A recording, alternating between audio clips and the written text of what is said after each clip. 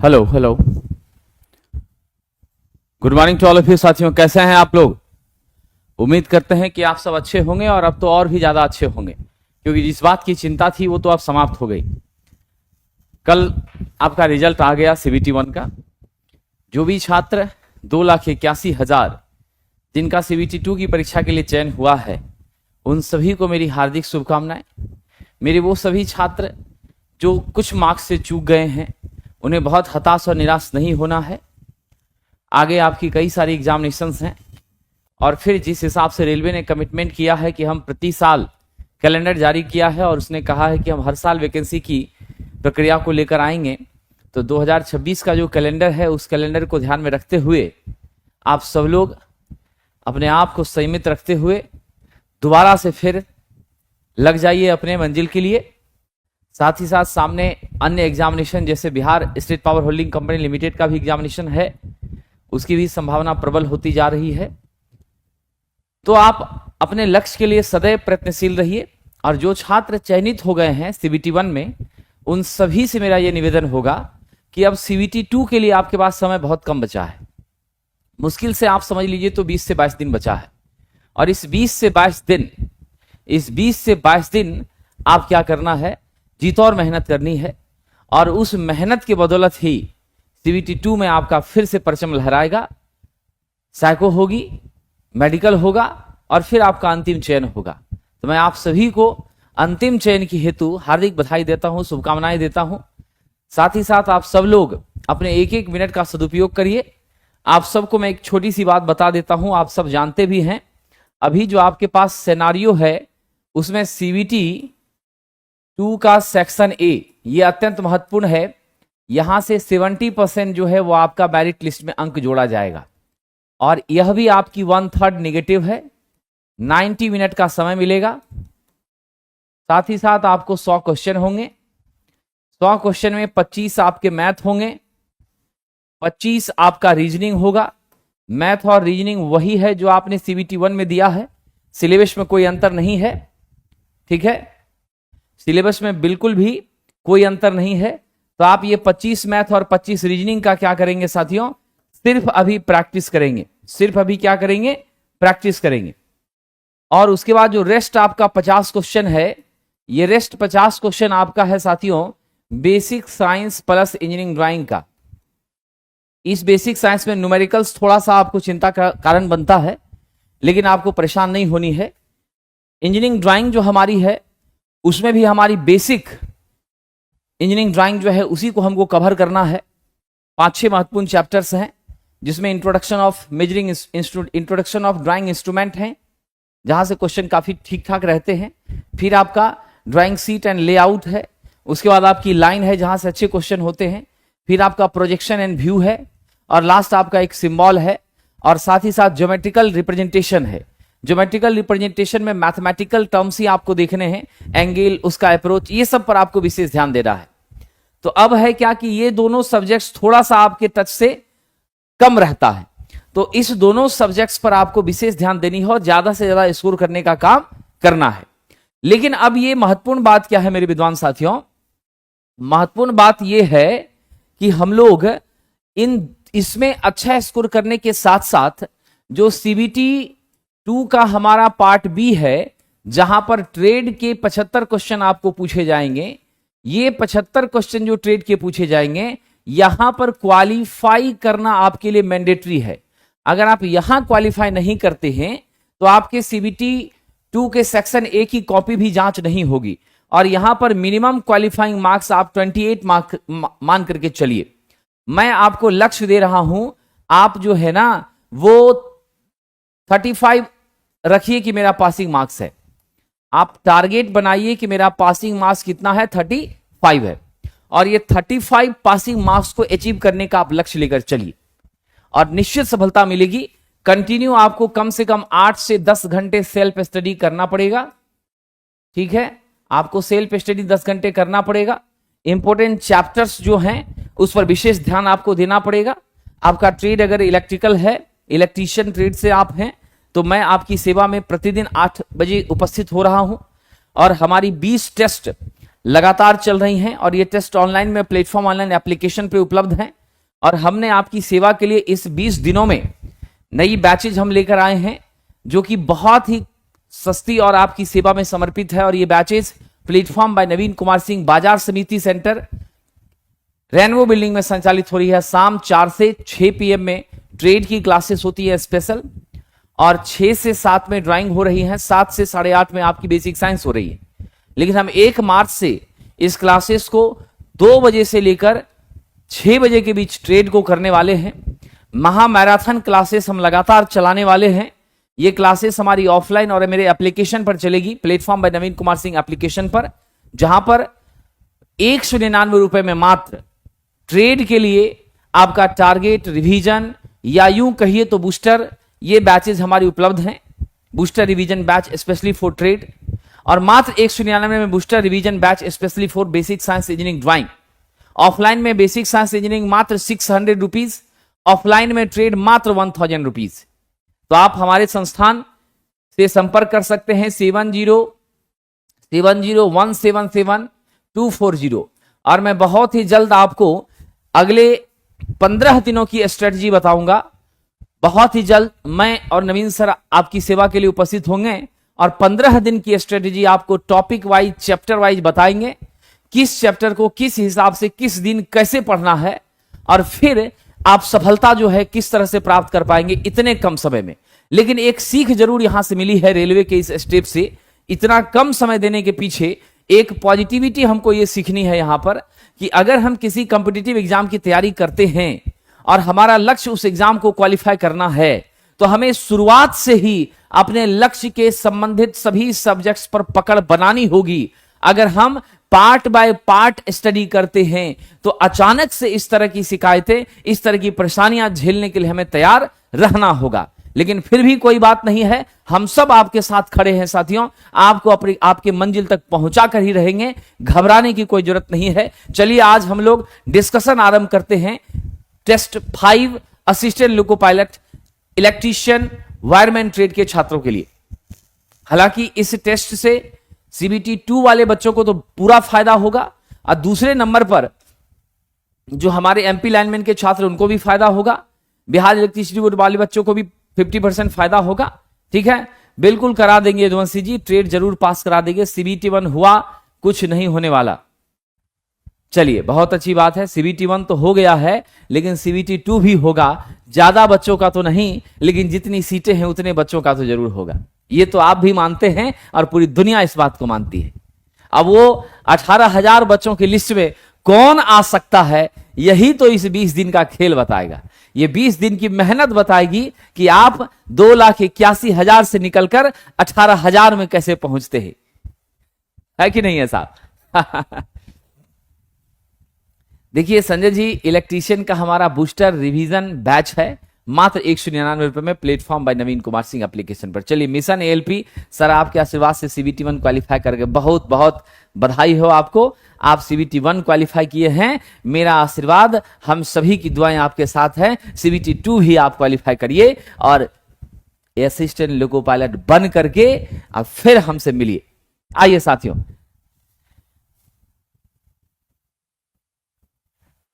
dear friend, the problem is associated with that there are so many students that prepare especially for assistant loco pilot mostly belongs to Hindi medium.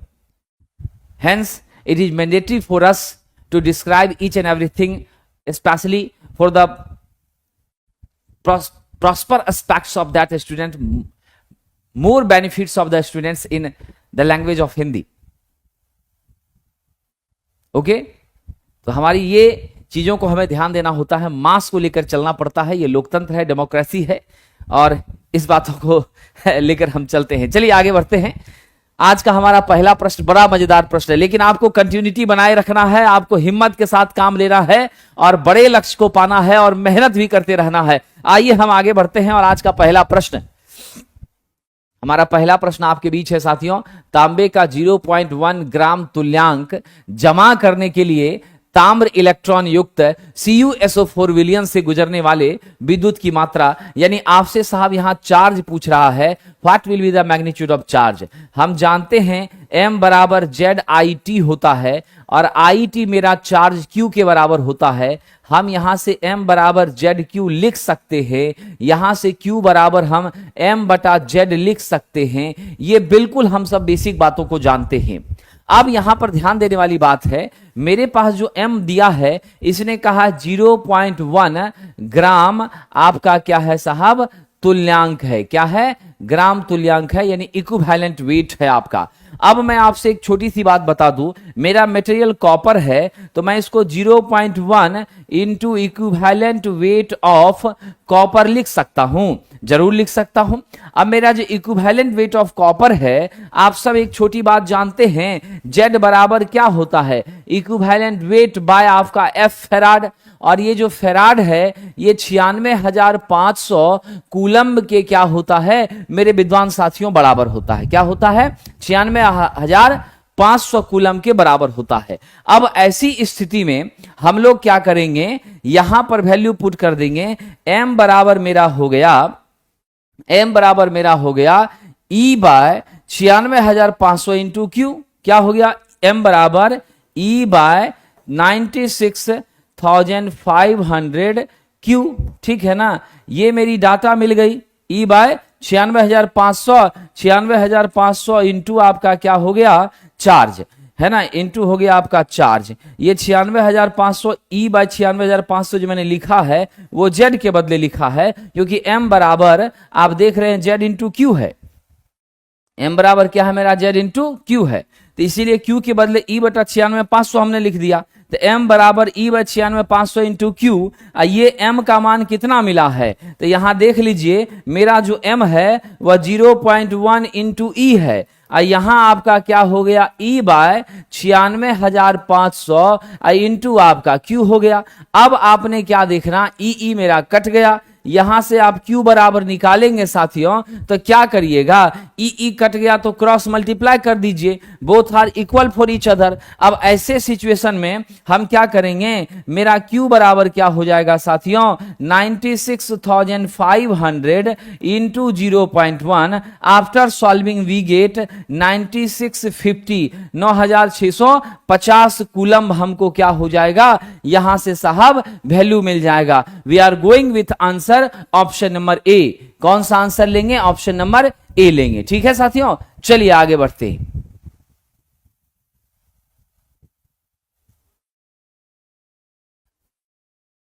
इन तरह के प्रश्नों को copy में लिख भी लेना है। देखिए बहुत सारे छात्रों का कमेंट आ रहा है कि सर ऐप डाउनलोड नहीं हो रहा। बिल्कुल हो जाएगा।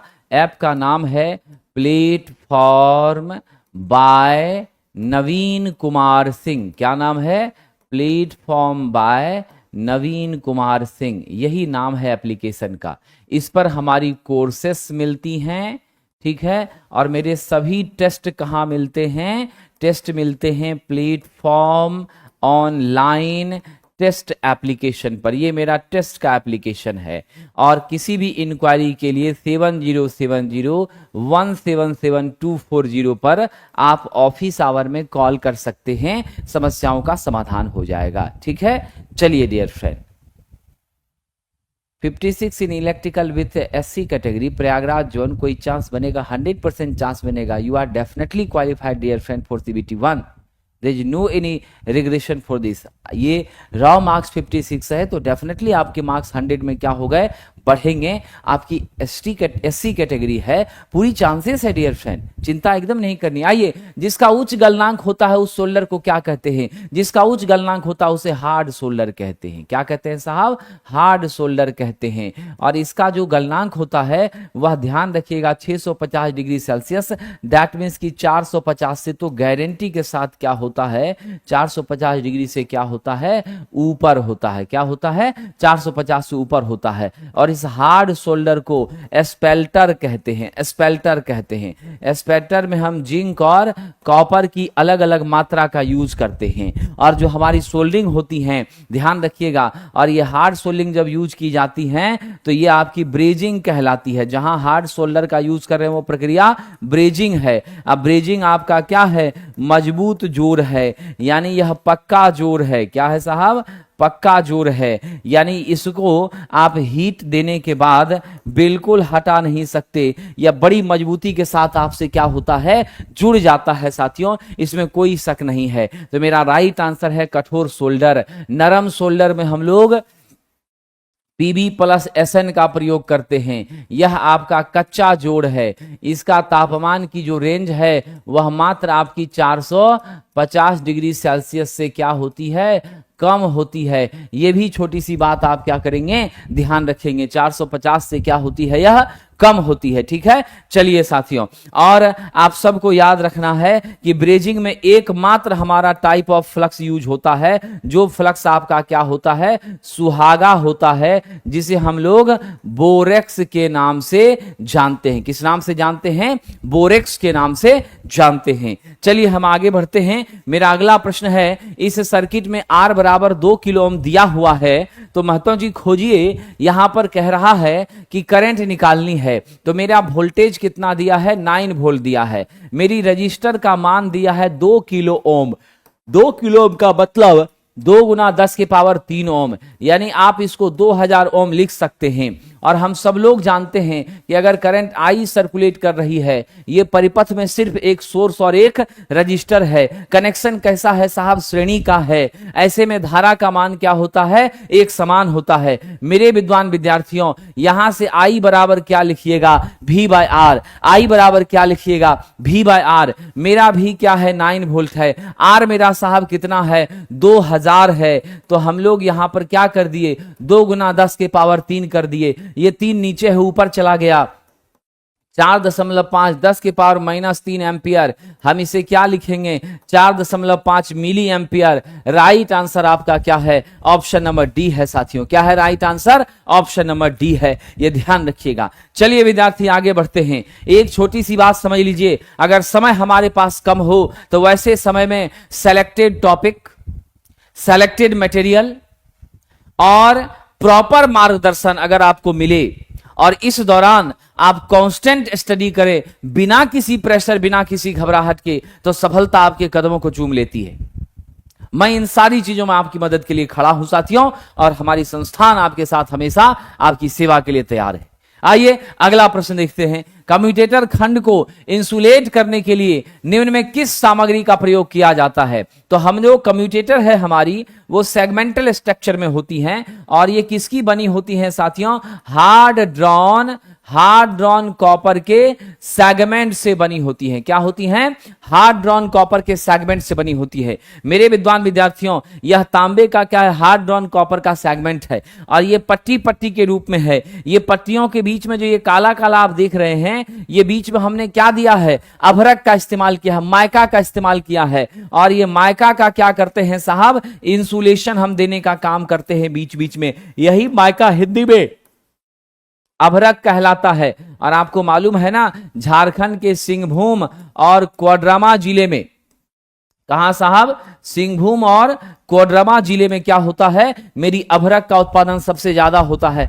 थोड़ा बहुत अभ्रक, जरा सा मात्रा, हल्की सी मात्रा बिहार के लखीसराय वगैरह में भी पाई जाती है। कुछ कुछ क्षेत्रों में जहां पहाड़ वगैरह का वो अंदरूनी हिस्सा है, वैसे जगहों पर पाई जाती है। और ये जो भाग हल्का उठा हुआ है, वो उठा हुआ भाग, इसी में वाइंडिंग, हम आर्मेचर की वाइंडिंग को अटैच करने का काम करते हैं। और इसे हम किस नाम से जानते हैं साथियों? इसे हम राइजर के नाम से जानते हैं। इसे किस नाम से जानते हैं? राइजर के नाम से जानते हैं। ये आप ध्यान दीजिएगा मेरे विद्वान साथियों, गंभीरता पूर्वक समझिए। यह जो कम्यूटेटर है, यह मेरा साहब शाफ्ट के ऊपर क्या होता है? असेंबल होता है। यह भी रोटेट होती है, और यह हमारे आर्मेचर के कंडक्टर के साथ क्या होती है साहब? जुड़ी होती है। और जो महत्वपूर्ण बात है, इसका एक सबसे इंपॉर्टेंट काम है मेरे उत्पन्न एसी ईएमएफ को किस में बदल देना? डीसी में बदल देना। और ऐसा काम यह कहां करता है? डीसी जनरेटर में करता है। और जब यह एसी को डीसी में बदलता है, तो इसे हम किस नाम से जानते हैं? इसे हम लोग मैकेनिकल मैकेनिकल रेक्टिफायर के नाम से जानते हैं। किस नाम से जानते हैं? मैकेनिकल रेक्टिफायर के नाम से जानते हैं। लेकिन एक छोटी सी बात आप याद रखना, आपसे कह दे भाई साहब, अगर हम डीसी मोटर की बात करते हैं, डीसी मोटर में मेरा कम्यूटेटर क्या करेगा? यहां पर यह डीसी सप्लाई को एसी में बदलने का काम करेगा। ऐसी स्थिति में यह किस रूप में व्यवहार करेगा? ऐसी स्थिति में यह यांत्रिक इन्वर्टर के रूप में व्यवहार करेगा। क्या करेगा? यांत्रिक इन्वर्टर के रूप में। तो आप जीवन भर याद रखना, हमारी जो कम्यूटेटर है, जब डीसी जनरेटर की बात होती है तो मैकेनिकल रेक्टिफायर के रूप में काम करता है। जब बात हमारी होती है साहब किसकी? डीसी मोटर की, तो यह मैकेनिकल इन्वर्टर के रूप में काम करता है। दोनों जगह इसका पर्पस क्या है? अलग है। But it has capacity to convert AC into DC, and also it has capacity to convert DC into AC, but the position where we are using it depends on that. जहां पर हम इसका प्रयोग कर रहे हैं उसी स्थिति और स्थान के हिसाब से यह क्या होता है? अपने व्यवहार को साथियों कंपनसेट करता है, एडजस्ट करता है। तो मेरा राइट आंसर क्या होगा? हम अभ्रक का इंसुलेशन देने का काम करते हैं। और आप जान लीजिए अभ्रक में ताप को सहने की क्षमता क्या होती है? उच्च होती है। क्या होती है मेरे विद्वान साथियों?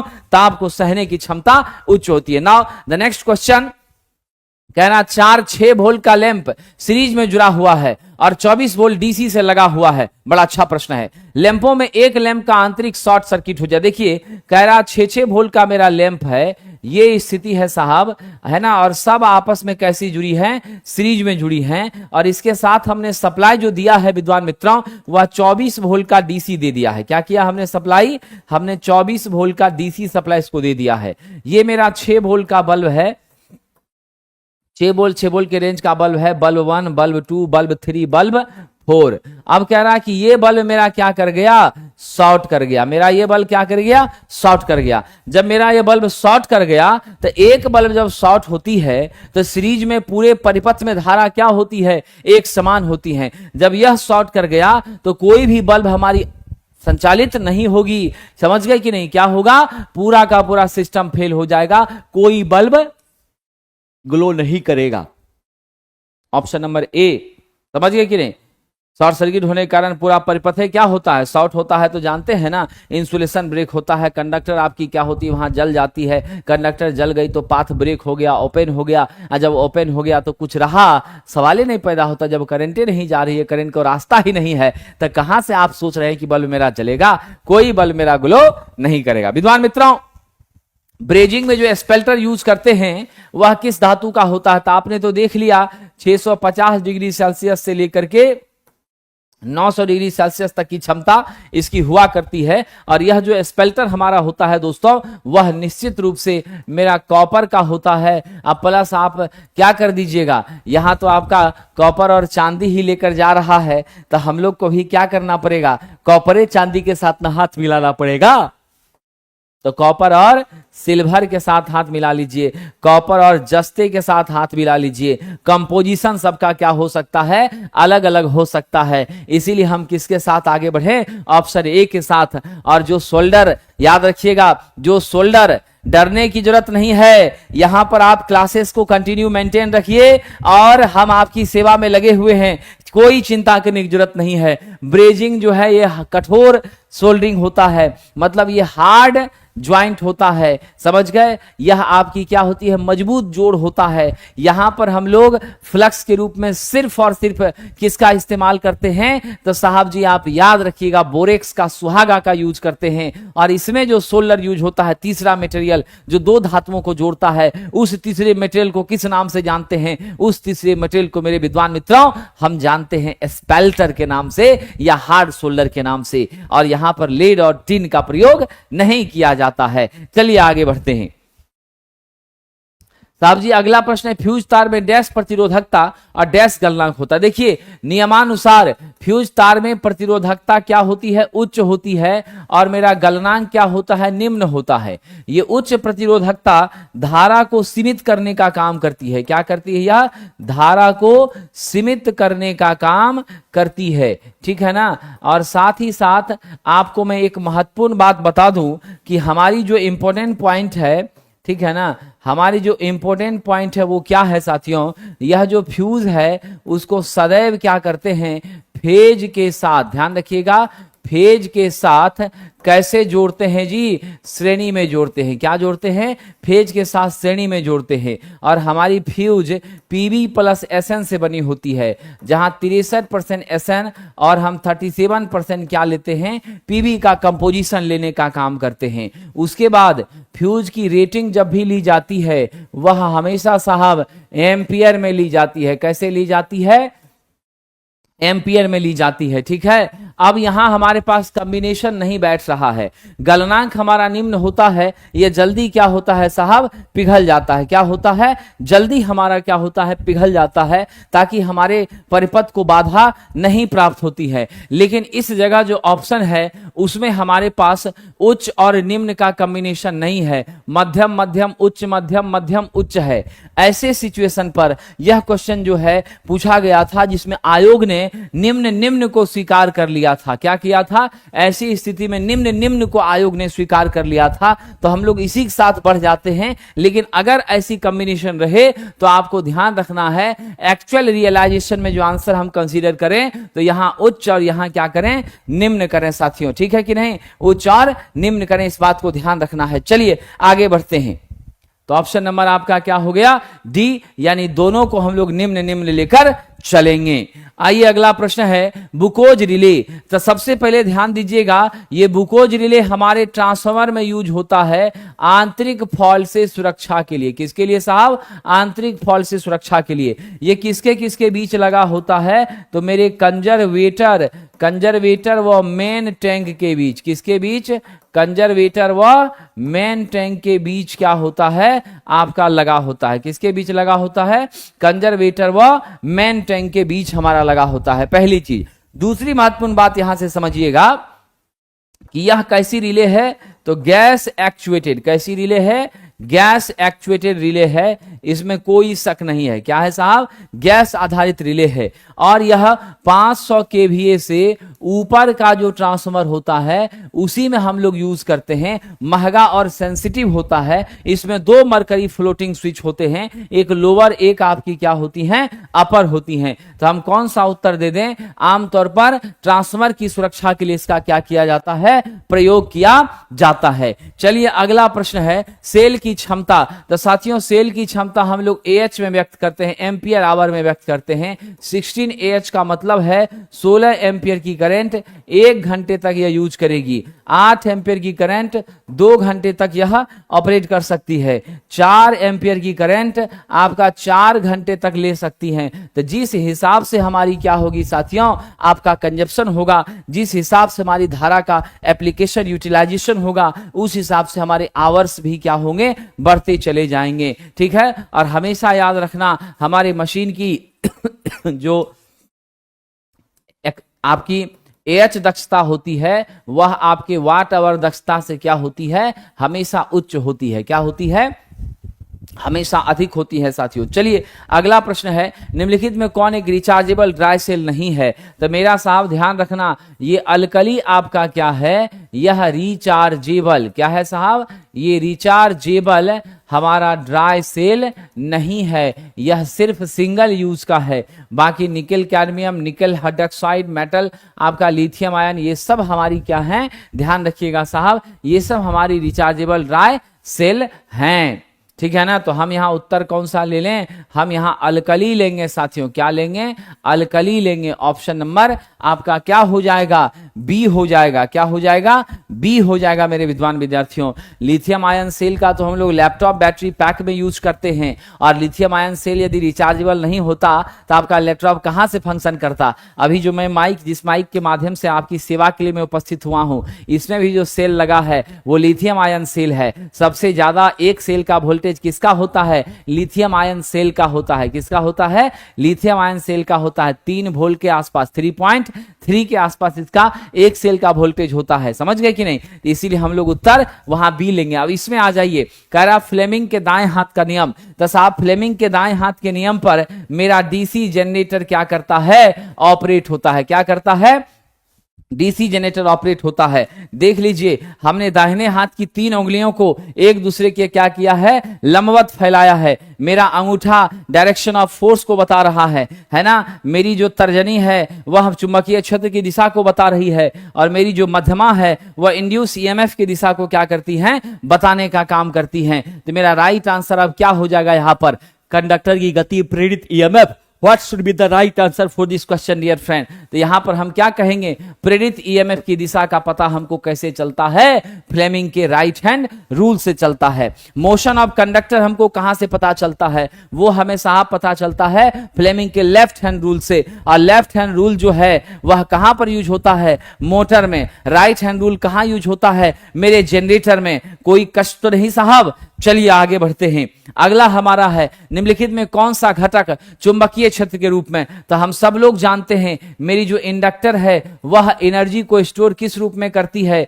E बराबर हाफ LI का स्क्वायर होता है। और यहां जो ऊर्जा एकत्रित हो रही है वह चुंबकीय क्षेत्र के रूप में हो रही है। हमारी ऊर्जा, ध्यान रखिएगा, मेरे कैपेसिटर में जो ऊर्जा होती है वह E बराबर हाफ CV का स्क्वायर होती है। यह आपकी क्या करती है, वैद्युतिक क्षेत्र में, यह क्या करती है, वैद्युतिक क्षेत्र के रूप में ऊर्जा को स्टोर करने का काम करती है। यहां देख लीजिए, रजिस्टर बिल्कुल भी नहीं, नाइक्रोम बैरिस्टर बिल्कुल भी नहीं, आपका क्या हो जाएगा, कार्बन इंडक्टर हमारे चुंबकीय क्षेत्र के रूप में ऊर्जा को क्या करती है, संग्रह करने का साथियों काम करती है। तो ऑप्शन नंबर क्या हो जाएगा, C is the correct answer for this.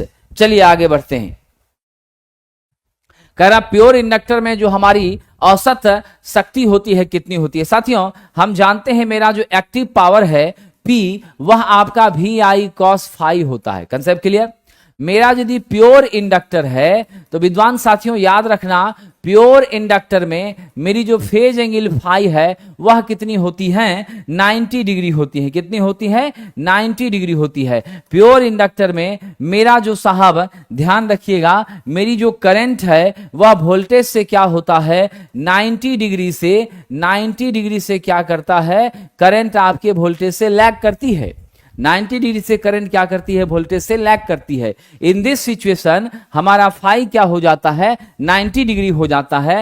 Eight this condition we are putting the value of phi here, VI cos 90, we know that the magnitude of cos 90 will be equal to how much, 0। cos 90 का मान कितना होता है, 0 होता है। ठीक है, अब यहां से क्या हो जाएगा, V into I into 0, that becomes how much, 0। तो एवरेज पावर का लॉस मेरे प्योर इंडक्टर के सापेक्ष 0 होता है। आंसर आप ए दे दीजिएगा। हो सकता है क्वेश्चन ये पूछ दे कि प्योर कैपेसिटर के पास एवरेज पावर का लॉस कितना होता है, वह भी 0, क्योंकि यह भी 90 डिग्री से क्या करती है, प्योर रहती है। तो मेरी करंट यहां भी 90 से लीड कर जाती है। मेरी करंट यहां भी क्या होती है, 90 से लीड कर जाती है। इसलिए मेरा एवरेज क्या हो जाएगा, 0 हो जाएगा। चलिए बहुत अच्छा है, निभा कुमारी जी का भी CBT 1 क्वालिफाई कर गई हैं। आपको भी बहुत बहुत शुभकामनाएं। बचे हुए समय में CBT 2 पर पूरा ध्यान दीजिए और जबरदस्त तरीके से मेहनत करिए। मैं आपके साथ हूं साथियों,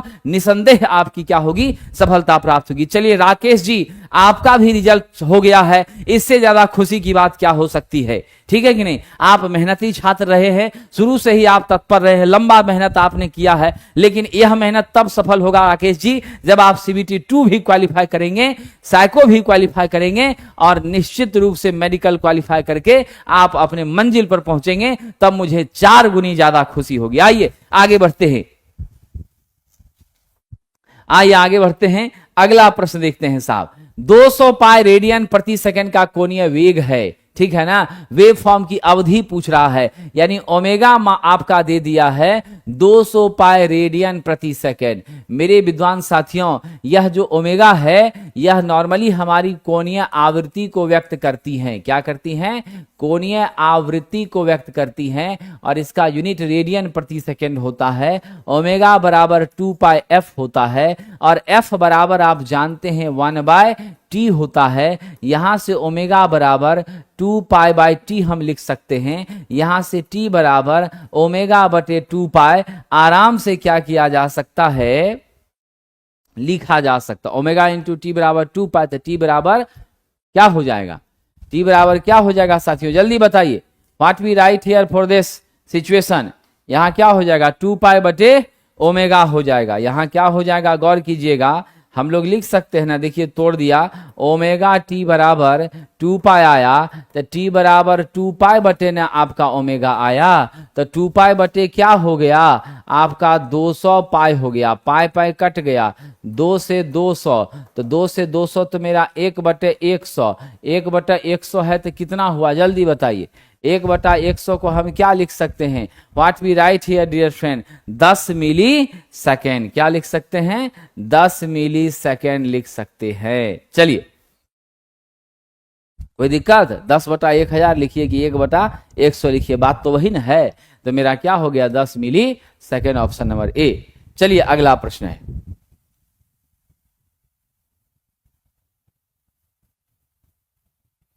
देखिए ट्रेड का टेंशन तो हम खत्म कर ही देंगे, लेकिन टेंशन खत्म होने के लिए आपको भी तो मेरे साथ मेहनत करना पड़ेगा। हम तो आपकी सेवा में लगातार पिछले 10 दिनों से हैं, है कि नहीं है, तो हम तो आपकी सेवा में समर्पित हैं, लेकिन आपको भी मेरे साथ क्या करना होगा, तालमेल बनाकर मेहनत करना होगा। मेरे साथ आप तालमेल बना के मेहनत करिएगा तो कोई भी ताकत ऐसी नहीं है जो ट्रेड में आपको पछाड़ सकती है। समझ गए ना, जो दिशा निर्देश मैं दूं उसको आप फॉलो करिए और ईमानदारी से मेहनत करिए, ट्रेड 100% आपका क्वालिफाई होगा, चिंता की कोई बात नहीं है कि नहीं है। चलिए आगे बढ़ते हैं साहब, देखिए बड़ा अच्छा प्रश्न है, कह रहा है अस्थाई दशा में निम्नलिखित परिपथ में सेल से ली जाने वाली धारा कितनी है। तो देखिए कह रहा है कि हमारा साहब जी स्टेडी स्टेट का कंडीशन होगा, स्टेडी स्टेट के कंडीशन में क्या हो जाएगी, मेरी जो यह कैपेसिटर है साहब यह ओपन सर्किट की तरह व्यवहार करेगी। कैसा व्यवहार करेगी, ओपन सर्किट। जब ये ओपन सर्किट हो जाएगा तो इस 5 ओम से भी कोई करंट नहीं जाएगा, ये पूरा भाग आपका यहां से यहां तक क्या हो गया, खत्म हो गया, है ना। अब आपको क्या करना है, सिर्फ और सिर्फ इस और इस परिपथ की कंसीडरेशन करनी है। अब इस तीनों परिपथ की जब कंसीडरेशन करते हैं तो मेरा सिचुएशन क्या बन गया, यहां पर 5 ओम है ना, यहां मेरा 2 ओम, यहां मेरा 3 ओम और यहां मेरा क्या है 4 ओम, ठीक है।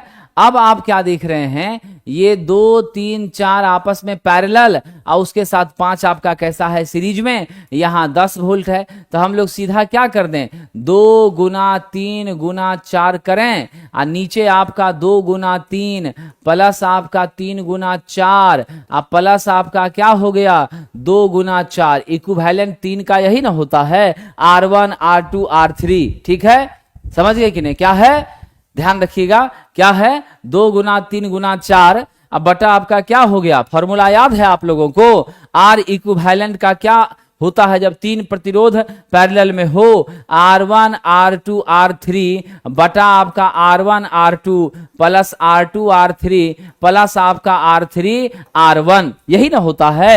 तो हमने इसको सेट कर दिया तो आपका क्या मान निकल गया, 8 तिया 24 और नीचे आपका 6 प्लस 12 प्लस 8, तो 12 8 20 6 26, तो 24 बटा 26 हमारा निकल गया ये। अब प्लस आप क्या कर दीजिए इसमें, 24 बटा 26 से इधर निकल गया, अब प्लस आप क्या कर दीजिए 5, तो 24 बटा 26 को काट करके 12 बटे 13 लिख सकते हैं ना। अब 5 इसके साथ क्या है सीरीज में, तो अब मेरा आर इक्विवेलेंट क्या हो गया 12 बटा 13 प्लस 5, एलसीएम हमारा 13 हो गया, यहाँ 12 प्लस 65 हो गया, तो 5 2 7 77 बटे क्या हो गया 13 हो गया, तो 77 बटे 13 तो मेरा रेजिस्टेंस निकल गया। करंट ना हमको निकालनी है, तो आप करंट के लिए क्या कीजिएगा, I बराबर V बाय R कीजिएगा। V क्या है 10, 10 बटे 77 बटे 13 पलट दीजिए, 130 बटे क्या हो जाएगा 77, 130 बटे 77 एम्पियर। आया बात समझ में, ये तीनों का पहले हमने क्या किया पैरेलल, फिर उस पैरेलल को 5 के साथ सीरीज, तब टोटल इक्विवेलेंट जो मिल गया उस इक्विवेलेंट को 10 से क्या कर दिए डिवाइड, और कहा है अस्थाई कंडीशन, तो अस्थाई कंडीशन में कैपेसिटर क्या होगा, ओपन। ठीक है, और जब ओपन हो जाएगा तो हमारी क्या होगी, ये पूरा भाग खत्म हो जाएगा। समझे कि नहीं विकास जी? यहां क्या कहा है, एसटीडी स्टेट कंडीशन में, तो याद रखिएगा एसटीडी स्टेट कंडीशन में कैपेसिटर ओपन सर्किट हो जाती है और हमारा जो इंडक्टर है वो शॉर्ट सर्किट हो जाता है। क्या होता है याद रखना, हो सकता है डायरेक्ट ये लैंग्वेज पूछ दे परीक्षा में कि एसटीडी स्टेट कंडीशन पर, ठीक है, एसटीडी स्टेट कंडीशन पर मेरी कैपेसिटर क्या होती है, ओपन। एसटीडी स्टेट कंडीशन पर इंडक्टर क्या होती हैं, शॉर्ट। ये बातों को आप ध्यान रखिएगा। टी इक्वल टू आपका क्या है, 0 है। चलिए आगे बढ़ते हैं साहब। ठीक है, अगला प्रश्न है, एसी सर्किट में अगर वोल्टेज करंट के बीच फेज अंतर, यदि वोल्टेज करंट के बीच फेज अंतर 90 डिग्री हो तो साहब जी मेरा पीएफ क्या हो जाएगा, cos 90 बराबर 0 हो जाएगा। और रही बात पावर की, तो मेरा पावर होता है वी आई cos फाई, यानी स्पष्ट है v into I into 0, that becomes आपका क्या हो जाएगा, 0 हो जाएगा। The right answer for this question is option number D, when the angle between voltage and current becomes 90 degree then we are going with the answer that the magnitude of power must be equal to 0। अगर हमारा क्या हो जाए, दोनों के बीच का कोण 90 degree का हो तो मेरी पावर फैक्टर 0 होती है और मेरा एक्टिव पावर फाइनली क्या हो जाता है विद्वानों, 0 हो जाता है। Concept clear? चलिए आगे बढ़ते हैं। ध्यान रखिएगा साहब, आपका पी प्रकार के पदार्थ में इलेक्ट्रॉन की कमी को क्या कहा जाता है? पी प्रकार के पदार्थ में जब इलेक्ट्रॉन हमारा कम होता है तो इस कमी को हम साहब जी किस नाम से जानते हैं? जल्दी बताइए साहब, what should be the right answer? से होल्स कहते हैं, यानी यहां से जो इलेक्ट्रॉन आपका निकलता है, जो खाली जगह बचता है, वही आपकी होल्स होती हैं। और होल इलेक्ट्रॉन के रिकॉम्बिनेशन से ही हमारा जो है सेमीकंडक्टर में धारा का प्रवाह साथियों होता है। और पी टाइप के मटेरियल में आप जानते हैं हम यहां पर कैसी इंप्योरिटी ऐड करते हैं, तो प्योर में हम लोग ट्राइवैलेंट इंप्योरिटी क्या करते हैं, ट्राइवैलेंट इंप्योरिटी को ऐड करते हैं तब जाकर के, क्योंकि मेरा जो सिलिकॉन या जर्मेनियम है, यह क्या है साहब, यह आपका ध्यान रखिएगा, इसमें 4 संयोजी इलेक्ट्रॉन होते हैं। क्या होते हैं?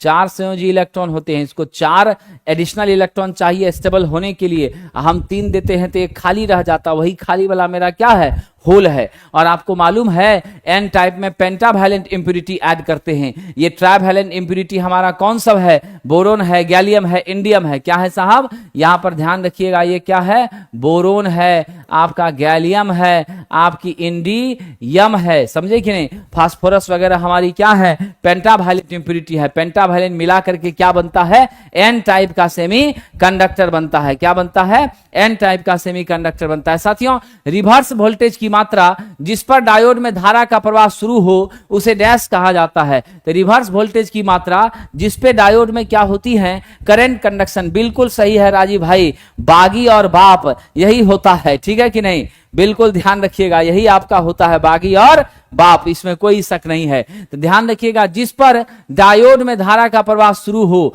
तो जिस वोल्टेज पर रिवर्स बायसिंग में, यानी पी टर्मिनल को आपने किससे जोड़ दिया है, मेरे निगेटिव से, और एन को आपने किससे जोड़ दिया है, पॉजिटिव से। ठीक है, तो ये मेरी क्या कहलाती हैं, रिवर्स बायसिंग कहलाती हैं। और अगर हमने पी को किससे जोड़ दिया है, पी को पॉजिटिव टर्मिनल से, एन को हमने निगेटिव से जोड़ दिया है, तब जाके यह क्या कहलाती है, फॉरवर्ड बायसिंग कहलाती है। हमारी डायोड या तो रिवर्स पे या तो फॉरवर्ड पे काम करती है, दोनों पर काम नहीं करती। इसीलिए इसको क्या कहते हैं, यूनिलैटरल कहते हैं, यूनिडायरेक्शनल कहते हैं। दोस्तों ध्यान रखिएगा, जिस वोल्टेज की मात्रा पर डायोड में धारा का प्रवाह शुरू हो जाता है, रिवर्स में खास करके, उसे हम लोग ब्रेकडाउन वोल्टेज के नाम से जानते हैं। ठीक है, उससे ऊपर गया तो आपका क्या हो जाएगा, डेफिनेटली हमारी क्या हो जाएगी, डैमेज। डॉपिंग एक वो प्रक्रिया है साहब, डॉपिंग वो प्रक्रिया है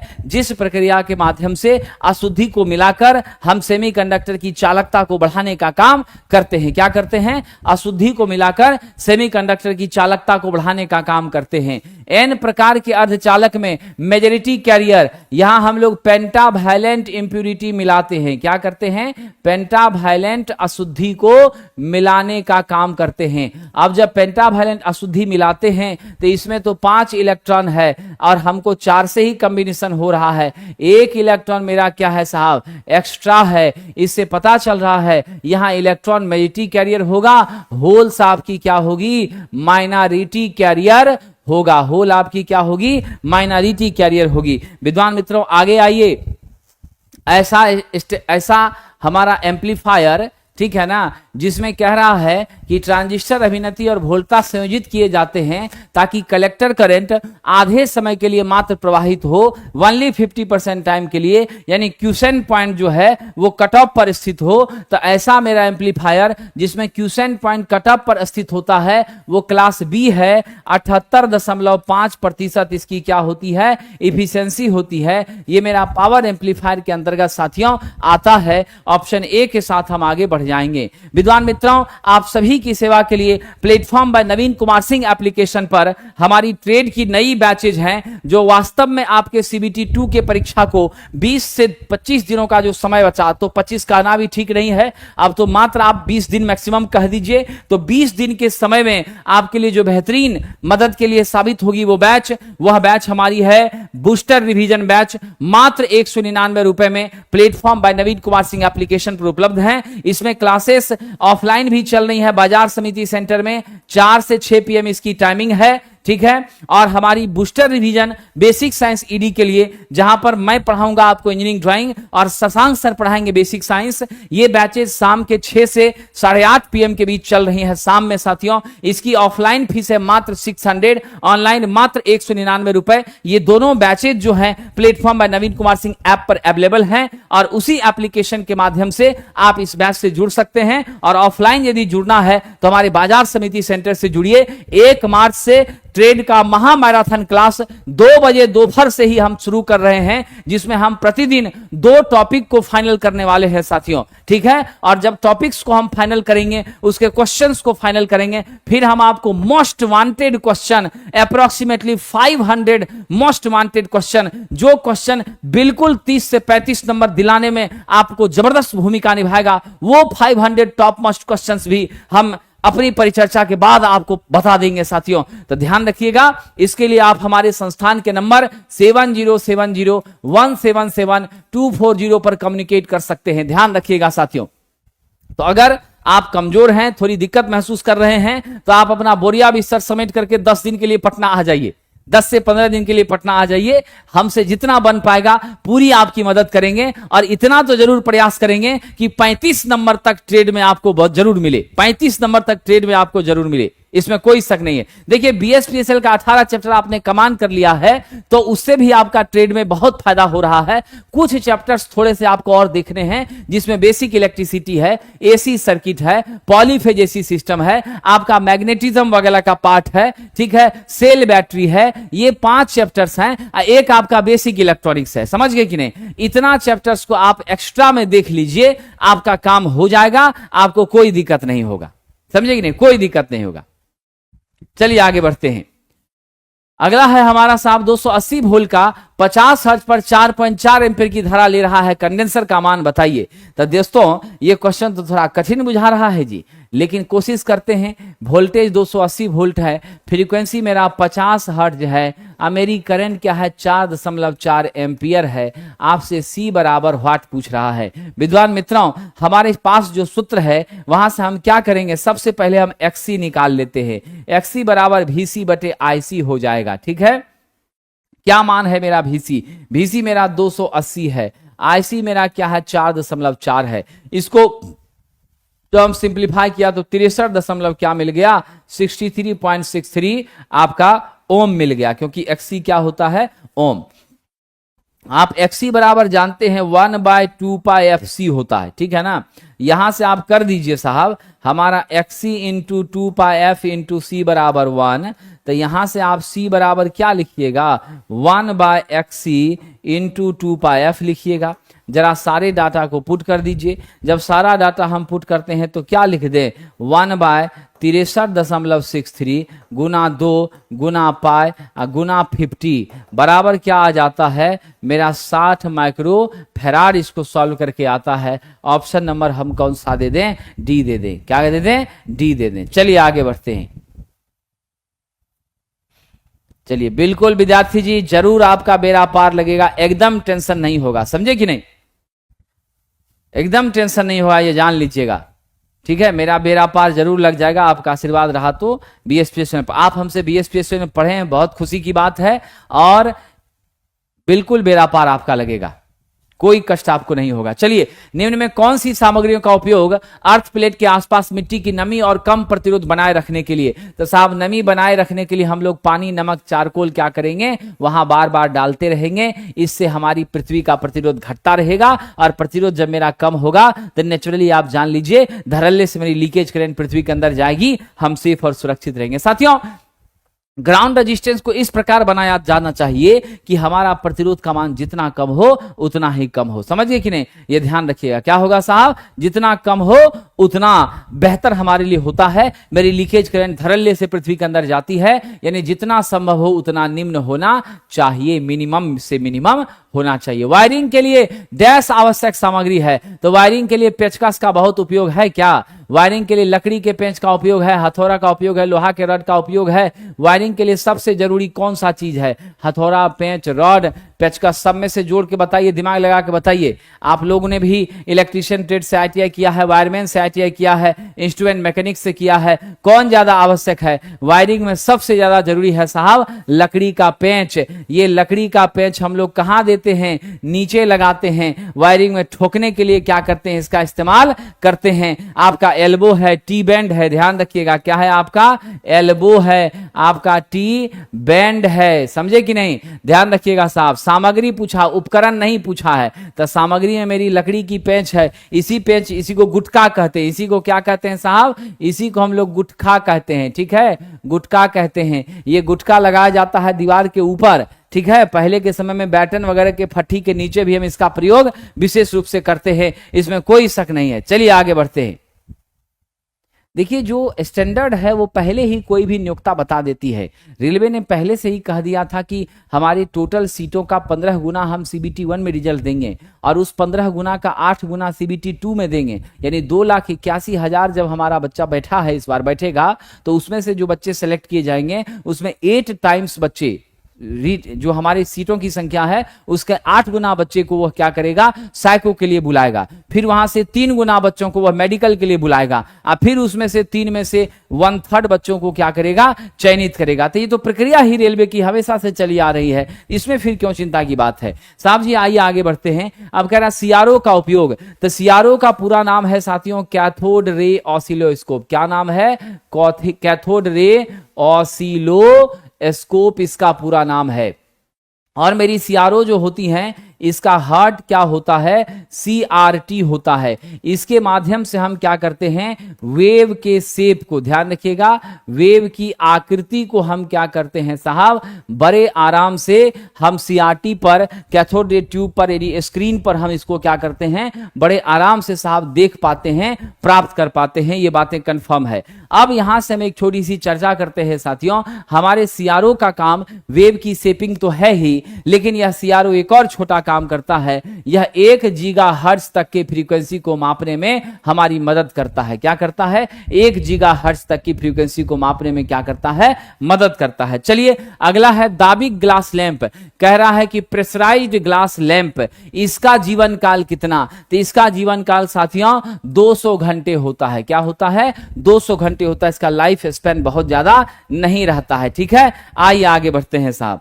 चलिए, हमारा क्या है, पावर स्टेशन। तो पावर स्टेशन का काम ही है विद्युत ऊर्जा का उत्पादन करना, विद्युत शक्ति का उत्पादन करना। और ये पावर स्टेशन हमारा क्या है, national thermal power corporation NTPC है, यानी थर्मल प्लांट को यह क्या करता है, ऑपरेट करता है। आपका क्या है साहब, हमारा हाइड्रल प्लांट है। आपका क्या है, हमारा हाइड्रल प्लांट है, न्यूक्लियर पावर प्लांट है, समझ गए, सोलर प्लांट है, ये सब जितने भी प्लांट है, इन सभी प्लांट का एकमात्र उद्देश्य होता है क्या करना, विद्युत ऊर्जा का साथियों उत्पादन करना। क्या करना, विद्युत ऊर्जा का उत्पादन करना। साथियों देख लीजिएगा, आरसीसी पोल का उपयोग डैश लाइन में किया जाता है। तो आरसीसी पोल का उपयोग कहां किया जाता है विद्वान मित्रों, 11 kV तक। ध्यान रखिएगा, हम इसका विशेष प्रयोग कहां करते हैं, डिस्ट्रीब्यूशन लाइन में करने का काम करते हैं। क्या करते हैं इसका विशेष प्रयोग, हम लोग डिस्ट्रीब्यूशन लाइन में इसका प्रयोग करने का काम करते हैं। 7 से 12 मीटर इसकी क्या होती है, हमारी जो हाइट है। ध्यान रखिएगा साहब, इस पोल की हम ऊंचाई की बात करें पृथ्वी से, तो ध्यान रखिएगा पृथ्वी से ऊंचाई इसकी कितनी होती है, पृथ्वी से ऊंचाई 7 से 12 मीटर तक होती है। उसके बाद विद्यार्थी जी इसका लाइफ कितना होता है, इसका लाइफ होता है 100 ईयर्स, 99 ईयर्स तक हमारा आरसीसी का मटेरियल काम करता है। साथ ही साथ हम अगर बात करें स्पैन की, तो हमारा जो स्पैन है लगभग 80 से 100 मीटर, यानी 100 मीटर आप इसका स्पैन स्वीकार कर सकते हैं। ठीक है, और अगर सेफ्टी फैक्टर की बात करें तो मेरा सेफ्टी फैक्टर इसका कितना होता है, इसका सेफ्टी फैक्टर 2.5 होता है। क्या होता है, 2.5 होता है। ऑप्शन नंबर किसके साथ जाएंगे, डी जाएंगे। ठीक है, ध्यान रखिएगा, राइट आंसर हमको क्या लेना है, 11 kV तक। देखिए 11 से 33 विषम परिस्थिति में यूज होगा। अखिलेश बाबू आप मेधावी छात्र हैं, 11 से 33 क्या होगा, विषम परिस्थिति में यूज होगा। लेकिन मोस्टली जो है यह हमारा क्या होता है, 11 kV तक के लिए प्रयोग होता है। हमारे गांव के गली मोहल्ले में हर जगह जो है ये हम लोग करते हैं। ठीक है, वहां हमने करेक्शन करवाया था छात्रों को, घबराइएगा नहीं। समझ गए प्रणव जी, क्या किया था, हमने करेक्शन करवाया था। 11 से 33 स्पेशल केस है, बट मोस्टली एप्लीकेशन कहां तक, 11 kV तक। करेक्ट कर लीजिएगा इसको। ठीक है, चलिए कह रहा कोरोना की एक हानि कहां होती है साहब, कोरोना लॉसेस हमारे हाई वोल्टेज ट्रांसमिशन में होती है। क्या होती हैं, एचवी ट्रांसमिशन लाइन में होती हैं। और हम लोग जब क्या करते हैं, ट्रांसमिशन लाइन में होती है, ये वही कोरोना है जो कोरोना हमारे जीवन से होकर गुजरा है और मानव त्रासदी लेकर गया है। ठीक है, देकर गया है। तो ऐसी जो स्थितियां हैं, 2 गज की दूरी, मास्क है जरूरी, वैसे ही कोरोना से बचना है तो हमको कंडक्टर्स के बीच क्या करना चाहिए, सेपरेशन डिस्टेंस हमको मेंटेन करना चाहिए। इसमें भी हिसिंग साउंड आता है। आपको वायलेट ग्लो की क्या होती है, बैगनी कलर की फेंट लाइट हमको मिलती है। ओजोन लेयर का डिप्लीशन होता है, उस पर भी इसका असर पड़ता है। साथ ही साथ हमारे कंडक्टर्स वगैरह में भी क्या होती हैं, सेवरल लॉसेस अकर्ड होती हैं। तो मेरा राइट आंसर यहां क्या होगा दोस्तों, इन द क्वेश्चन ऑफ 29 हमारा पावर का लॉस होता है। एक ऐसी हानि है जो पावर का क्या करती है, लॉस कराती है। और यह भी हमारे फ्रीक्वेंसी के क्या है, समानुपाती है। मेरी आवृत्ति बढ़ेगी, कोरोना लॉस क्या होगा, बढ़ेगा। और आपसे अगर पूछा जाए डीसी में कोरोना लॉस, तो डीसी में कोरोना लॉस बहुत कम होता है। लेकिन अगर आपसे कह दे कि हमारे एसी के कोरोना लॉस का मान मान लीजिए 100 kV है ना, मान लीजिए कि 100 वाट है, ठीक, एग्जांपल के तौर पे, तो डीसी का कोरोना लॉस कितना होगा, तो नेचुरली आप 1/3 कर दीजिएगा। मोटा मोटी आप क्या करिएगा, 1/3 कर दीजिएगा। ठीक है, ध्यान रखिएगा साहब। तो इसीलिए हम लोग नेग्लेजिबल मान के चलते हैं, बट थोड़ा बहुत लेटरल लिटिल बिट वहां पर ये चीजें आपको दिखती हैं। अब कह रहा है किसी डीसी जनरेटर में अधिक ईएमएफ तब उत्पन्न होगा। साहब जी हम सब तो जानते हैं, फेराडे साहब ने क्या कहा था, rate of change of flux is directly proportional to the induce EMF. अगर d∅dt का मान अधिक होता है तो मेरी ईएमएफ क्या होगी साहब, डेफिनेटली क्या होगी, अधिक होगी। यानी यहां पर हमारा डायनामिक इलेक्ट्रिसिटी उत्पन्न होती है। क्या होती है, मेरी डायनामिक इलेक्ट्रिसिटी उत्पन्न होती है। और ये डायनामिक इलेक्ट्रिसिटी के लिए आप याद रखिएगा, मेरा E बराबर होता है BLV साइन थीटा। क्या होता है, BLV साइन थीटा। मेरा मैक्सिमम मैग्नीट्यूड होता है यदि 90 डिग्री पर मेरी फ्लक्स क्या करती है, मेरे कंडक्टर्स को कट करने का काम करती है, तब जाके ऐसी स्थिति पहुंचती है साथियों। तो मेरा जवाब क्या हो जाएगा in this question, we are going with option number B. अगर फ्लक्स के परिवर्तन की दर अधिकतम है तो मेरा ईएमएफ भी क्या हो जाएगा, डेफिनेटली साहब जी अधिकतम हो जाएगा, इसमें कोई शक नहीं है। नौजवानों अगला प्रश्न है, जिस मोटर में घुमाव का एक हिस्सा कैसे जुड़ा है, सीरीज में जुड़ा है, और दूसरा भाग आर्मेचर के पार जुड़ा है, यानी आपका जो वाइंडिंग है, एक वाइंडिंग सीरीज में, एक वाइंडिंग आपका उधर, किधर साहब, आर्मेचर के उस साइड। यानी यहाँ पे सीरीज वाइंडिंग भी और संट वाइंडिंग भी है। तो सीरीज और संट दोनों वाइंडिंग जब हमारी जुड़ी हुई हैं तो ऐसी मशीन क्या कहलाती हैं? कंपाउंड मोटर कहलाती हैं। इसमें आपका सीरीज और संट दोनों वाइंडिंग, सीरीज और संट दोनों वाइंडिंग आपका क्या होता है? कनेक्टेड होता है। डियर फ्रेंड, कह रहा है एक ट्रांसफार्मर निम्नलिखित में किस पैरामीटर को रूपांतरित करता है? मेरा ट्रांसफार्मर जो है साहब, फ्रीक्वेंसी भी आपकी क्या होती है? कांस्टेंट रहती है। मेरा पावर भी क्या होता है? कांस्टेंट रहता है। अब यहां क्या जवाब दीजिएगा? फॉलोइंग पैरामीटर्स को ट्रांसफर करता है। अब यहां पर ध्यान ये देना है, बात यहां ट्रांसफर की हो रही है। कांस्टेंट तो मेरा पावर भी होता है, कांस्टेंट तो मेरा क्या होता है? यहां पर मेरा कांस्टेंट यहां पर पावर होता है, कांस्टेंट मेरी फ्रीक्वेंसी होती है, वोल्टेज मेरा घटता बढ़ता है, करंट मेरी घटती बढ़ती है। ओम के नियम का मेरा ट्रांसफार्मर पालन नहीं करता है, इसको ओबे नहीं करता है। लेकिन स्थानांतरण की बात हो रही है, तो स्थानांतरण की बात जब हो रही है तो वोल्टेज और करंट के रूप में यह पावर को क्या करता है? एक सर्किट से दूसरे सर्किट में भेजने का काम करता है। इसीलिए हम उत्तर यहां क्या ले ले? पावर ले ले। ऑप्शन नंबर आपका क्या हो जाएगा? सी हो जाएगा। चलिए, इंडक्शन मोटर का स्टेटर, तो मोटर की स्टेटर यांत्रिक सुरक्षा भी देती है और साथ ही साथ क्या करती है साहब? तो जितने भी हमारी एसेसरीज हैं सब इसी में क्या होती हैं? असेंबल रहती हैं। क्या होती हैं? इसी में असेंबल रहती हैं। और यह लो रिलक्टेंस पाथ किसको प्रदान करती है? मेरे चुंबकीय फ्लक्स को। लो रिलक्टेंस पाथ किसको प्रदान करती है? मेरे चुंबकीय फ्लक्स को। इसके लिए बेहतर गुणवत्ता का हम क्या करते हैं? मैग्नेटिक मटेरियल सिलिकॉन स्टील लेते हैं। और यह जो मेरा सिलिकॉन स्टील है मेरे विद्वान मित्रों, आप ध्यान रखना, ठीक है? ध्यान रखना, मेरी जो सिलिकॉन स्टील है वो सिलिकॉन स्टील आपकी अच्छी गुणवत्ता की चुंबकीय पदार्थ है। इसका हिस्टैरिसीस लॉस भी क्या होता है? नेग्लिजिबल होता है। ठीक है, ये बेटर क्वालिटी की फेरोमैग्नेटिक मटेरियल है। नाउ यदि कोई व्यक्ति बेहोश हो जाता है तो सबसे पहले क्या करना चाहिए? अगर कोई व्यक्ति बेहोश हो गया है तो सबसे पहले हमें चेक करना चाहिए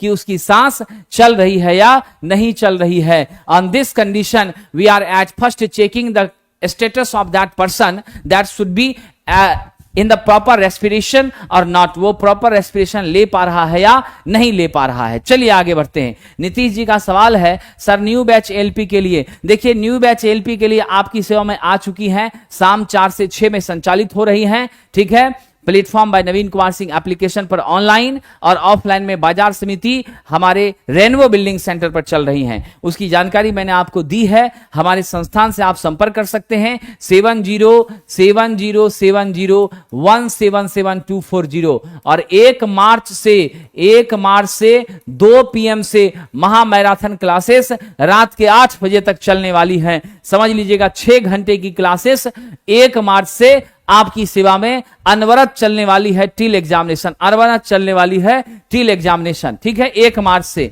इसीलिए 1 मार्च से तो आप एकदम मिस ना करें, कंटिन्यू क्लासेस होंगी और आपकी सफलता के लिए ही यहां पर क्या लिखी जाएगी साहब? इबादत लिखी जाएगी। चलिए आगे बढ़ते हैं, ध्यान दीजिएगा साहब। मेरा बस यही कहना है, मैं कोई जादू की छड़ी घुमाऊंगा नहीं, मैं कोई ऐसी आपको पुरिया नहीं दूंगा जिससे आप पास हो जाएंगे। मैं जरूर इस 20 दिन में, 15 से 20 दिन में, 18 दिन में उतनी मेहनत मैं भी करूंगा, आपको भी करवाऊंगा, समझ गए, जिससे आप सफल हो जाएंगे। बस इतना छोटा सा मैं चीज करूंगा। मैं कोई जादू की पुरिया देने वाला व्यक्ति नहीं हूं। मैं जानता हूं कि सच क्या है और झूठ क्या है साथियों। इसीलिए आप अगर लगन के साथ मेहनत करेंगे, मैं भी आपके साथ मेहनत करूंगा, और मेरे साथ आप अगर मेहनत में लगे हुए हैं तो आपकी सफलता सुनिश्चित हो जाएगी, ये जान लीजिए। यानी आपकी सफलता के लिए मैं आपसे ज्यादा मेहनत करूंगा, तो आप अपनी सफलता के लिए हमसे 4 गुना ज्यादा कीजिए। देखिए ना कैसे सफलता नहीं मिलती है, यही तो मूल तत्व है। चलिए आगे बढ़ते हैं। अगला है हमारा निकेल आयरन सेल का धनात्मक प्लेट होता है साहब। निकेल आयरन सेल का जो धनात्मक प्लेट है वह क्या है दोस्तों? तो निकेल आयरन सेल का जो धनात्मक प्लेट है, डेफिनेटली मैंने पीछे भी चर्चा किया था, निकेल हाइड्रोक्साइड का बना होता है। इसमें जो हमारी क्या होती है? इलेक्ट्रोलाइट वह KOH होती है। यहां पर एक सेल का वोल्टेज 1.2 से लेके 1.4 वोल्ट के बीच होता है। यह भी मेरी क्या है साहब? एक रिचार्जेबल सेल है। क्या है? एक रिचार्जेबल सेल है। अगर सिंगल लाइन में पूछे तो आप 1.5 वोल्ट इसको बोल सकते हैं। क्या बोल सकते हैं? 1.5 वोल्ट आपको क्या कर सकते हैं? बोल सकते हैं। चलिए आगे बढ़ते हैं। आ जाएगा, गुवाहाटी वाला भी आज आ जाएगा, घबराइए नहीं। कह रहा हथौड़े को किस आधार पर वर्गीकृत किया गया है? ये मेरे पास आपका क्या है, हैमर है साथियों, ठीक है ना।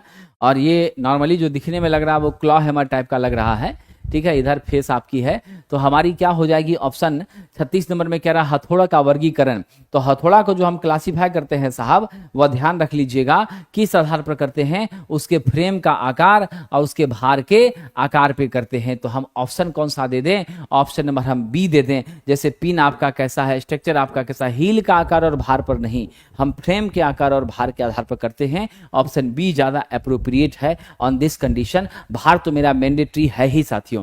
अब कह रहा रियो स्टेट का सिंबल, तो रियो स्टेट ये मेरी क्या है साहब, स्विच है, ये मेरी क्या है, स्विच है, ठीक है। आपका ये वाला जो है मेरा क्या है, रियो स्टेट है, ये आपका क्या है 37, ये आपका रियो स्टेट है, ये ध्यान रखिएगा, ठीक है। चलिए साहब, वो वाला जो सिंबल है हमारा, ठीक है, यह भी आपका क्या है, रेजिस्टेंस को ही व्यक्त कर रहा है। लेकिन आपको ध्यान ये देना है, ये तो हम लोग नॉर्मली कभी कभी क्या करते हैं, बल्ब वगैरह को भी हम व्यक्त इससे कर देते हैं। मेरा राइट आंसर है ऑप्शन नंबर ए, यही आपका रियो स्टेट है, ठीक है। चलिए साहब, बीएसपीएसएल एग्जाम के बारे में भी तो मैं रोज ही चर्चा कर रहा हूं। बीएसपीएल एग्जाम के बारे में धीरज सर, मेरा आपसे विनम्रता पूर्वक निवेदन है, मैं आपको क्या बताऊंगा, मेरे से ज्यादा तो प्रतिदिन हर एक घंटे पर यूट्यूब पर बीएसपीएसएल की अपडेट आ रही है, हर एक घंटे यूट्यूब पर बीएसपीएसएल की अपडेट आ रही है, और आप जरूर उस अपडेट को देख रहे होंगे, ठीक है। लेकिन मैं आपको बता दूं, विभागीय जो ऊपर से इंस्ट्रक्शन मिला है, वो इंस्ट्रक्शन ये आया हुआ है, जिसकी मैं प्रायः चर्चा कर रहा हूं कि 15 मार्च से पहले टेंडर क्लियर करना है। अगर 15 मार्च से पहले टेंडर क्लियर हो जाएगा, तब आपकी अप्रैल में परीक्षा की संभावना बन जाती है। तो इसलिए 15 मार्च तक आपको वेट करना होगा। उसके बाद शॉर्ट नोटिस और बाकी अपडेट आएंगी, फिर सारी चीजें स्पष्ट हो जाएंगी। नीतीश जी, मैंने आपसे कहा, मैंने मोबाइल नंबर भी दिया है, हमारी नई क्लासेस जो हैं वह आरंभ हैं और वो क्लासेस चल रही हैं, ठीक है ना। और उस क्लासेस से जुड़ने के लिए, ठीक है, थ्योरी की क्लासेस, न्यूमेरिकल की क्लासेस, एलपी की क्लासेस से जुड़ने के लिए आप हमारे संस्थान के नंबर 7070177240 पर आप कॉल कर लीजिए, या यदि पटना में आप हैं तो हमारे संस्थान बाजार समिति, रेनबो बिल्डिंग, प्लेटफॉर्म बाय नवीन कुमार सिंह में आकर के मिल लीजिए, ठीक है। आइए जरा ध्यान दीजिएगा, अब जून होगा कि जुलाई होगा उस पर अभी हम चर्चा नहीं करेंगे, क्योंकि हमें जो सूचना मिली है वह कोई लिखित सूचना नहीं मिली है। अगर लिखित रहता तो हम आपको दिखा देते, स्लाइड पर फोटो खींच के भेज देते, आपको हम घर पर मोबाइल पर भेज देते। लिखित कोई सूचना नहीं है साथियों। जब तक लिखित सूचना नहीं है तब तक जो जानकारी है वो सुनी सुनाई, बुझी बुझाई जानकारी है, ठीक है। और बुझी बुझाई जानकारी के आधार पर मैं आपसे चर्चा किया हूं, उसका सबूत भी मैं नहीं दे रहा हूं। और हमसे ज्यादा तो प्रत्येक घंटे पर आप देखिएगा बीएसपीएसएल का अपडेट यूट्यूब पर आता है, प्रत्येक घंटे पर आ रहा है। चलिए आगे बढ़ते हैं। पटना में है तो संस्थान पर आइए, प्लेटफॉर्म में नवीन कुमार सिंह संस्थान में आकर मिल लीजिए, रेनबो बिल्डिंग में, बाजार समिति में। आइए आगे बढ़ते। खुले परिपथ में क्या होता है, ओपन सर्किट जब हमारी होती हैं तो क्या हो जाएगा साहब, ये देख लीजिए, आपका ओपन है तो मेरा प्रतिरोध अनंत हो जाएगा, मेरी करंट 0 हो जाएगी, मेरा वोल्टेज यहां 0 नहीं होगा। तो हम क्या जवाब दें, प्रतिरोध अनंत होती है और धारा 0 हो जाती है। तापमान बढ़ने से तांबे का प्रतिरोध, तांबा जो है वह पीटीसी होता है, मेटालिक कंडक्टर है, यानी टेम्परेचर बढ़ेगा इसकी रेजिस्टेंस भी क्या हो जाएगी, बढ़ेगी। तो ऑप्शन नंबर कौन सा दे दें, बी नंबर दे दें, बढ़ेगी साहब, ठीक है। चलिए आगे बढ़ते हैं। वायर के सिरे पर टिनिंग का क्या अर्थ है, टिनिंग का अर्थ है टीन की परत लगाना। क्या करना, टीन की परत का लेप लगाना, ठीक है। ये है हमारा साहब जी।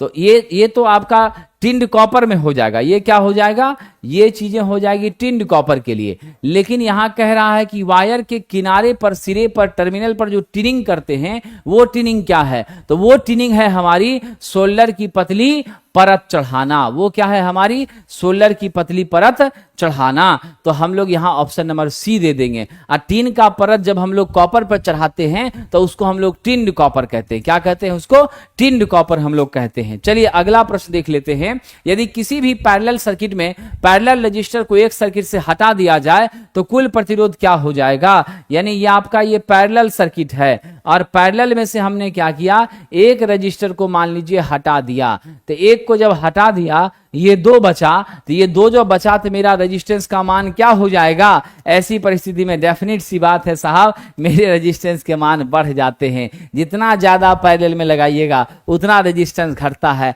और जितना कम रखिएगा उतना रेजिस्टेंस मेरा क्या होता है, बढ़ता है। अरे भाई साहब वोल्टेज रहेगा तब ना समान रहेगा, पैरेलल में वोल्टेज समान होती है, वोल्टेज रहता तो समान रहता, ठीक है ना। मेरी वोल्टेज यहाँ नहीं है, इसीलिए हमारा क्या है, रेजिस्टेंस की बात है। दो दो दो दो, अब देख लीजिए आप, हमने 4 ओम के 2 रजिस्टर को पैरेलल किया तो क्या हो जाएगा, आर इक्विवेलेंट 4/2 बराबर 2 ओम हुआ, ठीक है। अगर हमने 4 ओम के 4 रजिस्टर को पैरेलल कर दिया तो इक्विवेलेंट क्या हो जाएगा, 4/4 यानी 1 ओम हो गया। आप क्या देख रहे हैं, जब हम 4 रजिस्टर ले रहे हैं तो 1 ओम हो रहा है और 2 ले रहे हैं तो आपका क्या हो रहा है, 2 ओम हो रहा है। मतलब हम रेजिस्टेंस घटा रहे हैं, मेरा मान क्या हो रहा है, बढ़ रहा है, ठीक है, ध्यान रखिएगा। चलिए साहब, यदि 2 कुंडलियों के बीच परस्पर प्रेरकत्व तो 5 हेनरी है और कुंडली में धारा 2 एम्पियर प्रति सेकंड की दर से बदल रही है, यानी आपका di/dt मेरा क्या है, 2 एम्पियर प्रति सेकंड है और मेरा L कितना है, 5 हेनरी है। आपसे E पूछ रहा है। मेरे विद्वान मित्रों E का क्या सूत्र होता है, जल्दी बता दीजिएगा। परस्पर प्रेरकत्व, अच्छा परस्पर है तो म्यूचुअल है, परस्पर है तो क्या है, म्यूचुअल इंडक्टेंस है, M है ना। परस्पर को क्या कहते हैं, म्यूचुअल इंडक्टेंस कहते हैं, M। और म्यूचुअल इंडक्टेंस जब M है तो E बराबर M di/, क्या होता है, dt। तो हम यहां क्या कर दे, 5 × 2 बराबर आपका क्या हो गया, 10 वोल्ट हो गया। ऑप्शन नंबर क्या दे दीजिएगा, ए दे दीजिएगा। क्या दे दीजिएगा, ए। चलिए अगला प्रश्न देख लेते हैं। कह रहा 50 हर्ट्ज की आवृत्ति पर, यानी मेरा F1 है आपका 50 हर्ट्ज, C1 मेरा क्या है, अच्छा XC मेरा कितना है, 20, XC कितना है, XC1 है 20 ओम।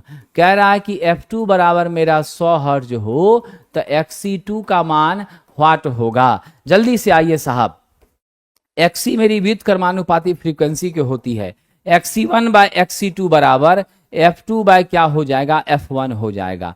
अब यहां से हमको निकालना है XC2, क्या हो जाएगा XC2, XC1 into XC1 into F1 क्या हो जाएगा, XC1 इंटू F1 बटा हमारा हो जाएगा F2, बटा क्या हो जाएगा, F2। XC1 मेरा कितना है, तो मेरा XC1 20 है, F1 मेरा कितना है, 50 है। अब बटा यहां कर दीजिए 100, दोनों कट गया, आपका 5 दूनी 10 ओम हमारा आ जाएगा। ऑप्शन नंबर क्या हो गया, डी हो गया। वो घटता है तो यह भी क्या होता है, घटता है साथियों, ऑप्शन डी। अंतरराष्ट्रीय ओम जो प्रतिरोध की इकाई है कैसे परिभाषित करते हैं, तो साहब इंटरनेशनल ओम को जो हम परिभाषित करते हैं पारे के कॉलम ऑफ मरकरी, यानी पारे के स्तंभ के आधार पर उसको परिभाषित करते हैं। यानी अगर अनुप्रस्थ काट क्षेत्र कितना हो, 106.3, ध्यान रखिएगा 106.3 सेंटीमीटर लंबा आपका क्या है, पाड़ा का मेरा नली है, ठीक है। और उसमें यदि हम हिमांक बिंदु पर उसके प्रतिरोध का द्रव्यमान 14.452 हो जाता है, कितना होता है, 14.452 ग्राम उसका द्रव्यमान हो जाता है। उस परिस्थिति में जो प्रतिरोध की मात्रा निकलती है वही मेरी क्या होती है, इंटरनेशनल ओम होती हैं। तो हम पारे के स्तंभ के आधार पर इसको हम लोग क्या करते हैं, यूनिटाइज करने का काम करते हैं साहब। यूनिवर्सल मोटर किस उपकरण में, यूनिवर्सल एसी डीसी दोनों पे काम करती है। मिक्सर ग्राइंडर में इसका यूज होता है। 400 से लेकर के 600 वाट का पावर कंजप्शन होता है, समझ गए। एसी डीसी दोनों पर काम करती है। कम्यूटेटर ब्रश वगैरह सब इसमें लगा होता है। एक प्रकार का single phase AC series motor होती है। क्या होती है, एक प्रकार की single phase AC series motor होती है। 3000 से 14000 आरपीएम मिक्सर ग्राइंडर में इसकी क्या होती है, स्पीड होती है।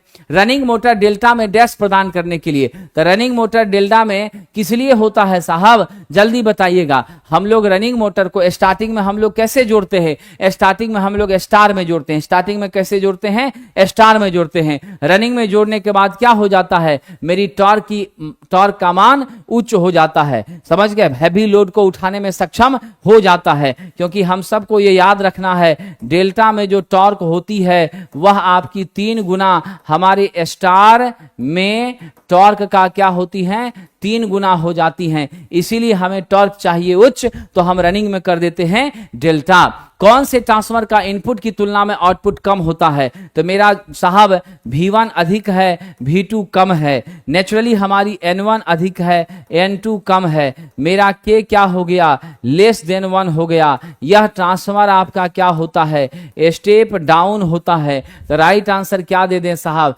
Step down. अब स्टेप डाउन मेरा आंसर कहां पर है, ऑप्शन नंबर ए है। इसी को हम लोग क्या करेंगे, लेकर चलेंगे। स्टेप डाउन के आउटपुट में करंट उच्च होगी या वोल्टेज हमारा कम हो जाएगा। नेक्स्ट क्वेश्चन है, निम्नलिखित में से किसी डीसी मोटर का बैक ईएमएफ अचानक शून्य हो जाए। विद्यार्थी बहुत ही मजेदार प्रश्न है। आप जानते हैं ईबी बराबर क्या होता है, V माइनस IA RA। अचानक कह रहा है कि ईबी मेरा क्या हो जाए, 0 हो जाए। तो हम यहां से IA का मान क्या लिखते हैं, V माइनस ईबी बटे RA लिखते हैं ना। ये 0 हो गया तो V बटा सिर्फ क्या बचा, RA। मेरा IA का मान नेचुरली क्या हो जाएगा, जल्दी बताइए। मेरे IA का मान बढ़ेगा कि नहीं बढ़ेगा, और जब IA का मान बढ़ेगा तो IA स्क्वायर RA होगी। मेरी आर्मेचर का क्या हो जाएगा, क्वाइल जलकर राख हो जाएगा, इसमें कोई शक नहीं है। कह रहा डीसी जनरेटर में कम्यूटेशन प्रक्रिया मुख्य रूप से क्या होती है, कम्यूटेशन की प्रक्रिया direction of reversal of current होती है। क्या होती है, धारा की दिशा का परिवर्तन करना होती है। तो ऐसी स्थिति में हम क्या ले ले साहब, यह कम्यूटेटर एक यंत्र है जो एसी को किसमें बदलता है, डीसी में बदलता है। यहां रिवर्सल की प्रक्रिया है, तो एमएनए को पार करने पर आर्मेचर कॉइल में मेरी धारा क्या हो जाए, व्युत्क्रमित हो जाए, इन्वर्स हो जाए, यानी आपका साहब क्या हो जाए, उल्टा हो जाए। ये मामला है।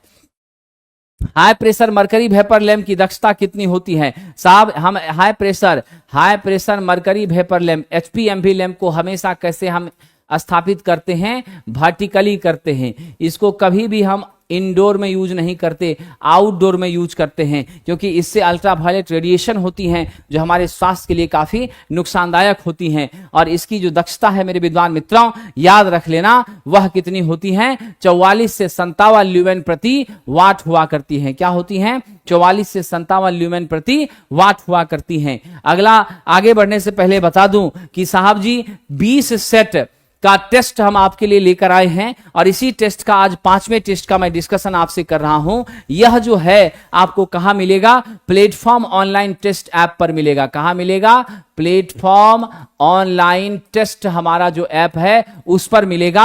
और उस एप्लीकेशन पर सेशन 1 के नाम से इलेक्ट्रिकल ग्रुप का ट्रेड टेस्ट है, जिसे आप परचेज करेंगे, जहां 20 टेस्ट हैं, उसका डिस्कशन भी उपलब्ध है, और सभी टेस्ट को अनलिमिटेड टाइम आप अटेम्प्ट भी ले सकते हैं। तो आप अपने इस 20 टेस्ट के माध्यम से बेहतर प्रैक्टिस कर सकते हैं। और 26 सेट की हमारी रुक्मिणी प्रकाशन से बुक आई है, जिसमें 6 सेट हूबहू प्रीवियस ओरिजिनल क्वेश्चंस के डिटेल सॉल्यूशन है। क्वेश्चन बाइलिंगुअल में है, एक्सप्लेनेशन काफी विस्तार से है, और इस एक्सप्लेनेशन से ही आपको बहुत सारी चीजें कवर हो जाएंगी। और 20 मेरा प्रैक्टिस सेट है, 26 सेट है साथियों, यानी ऑलमोस्ट आप समझ लीजिए 2000 प्लस क्वेश्चन यहां पर आपको कलेक्टेड मिल रहा है, जो आपकी परीक्षा में 4 चांद लगा देगा, आपकी सफलता सुनिश्चित करेगा। यूनिवर्सल मोटर में कंपनसेटिंग वाइंडिंग क्यों यूज करते हैं, तो पोल फेस में हम कंपनसेटिंग वाइंडिंग लगाते हैं साहब। इसका एकमात्र उद्देश्य होता है आर्मेचर रिएक्शन के दुष्प्रभाव को क्या करना, कम करना। क्या करना साहब, आर्मेचर रिएक्शन के दुष्प्रभाव को कम करना,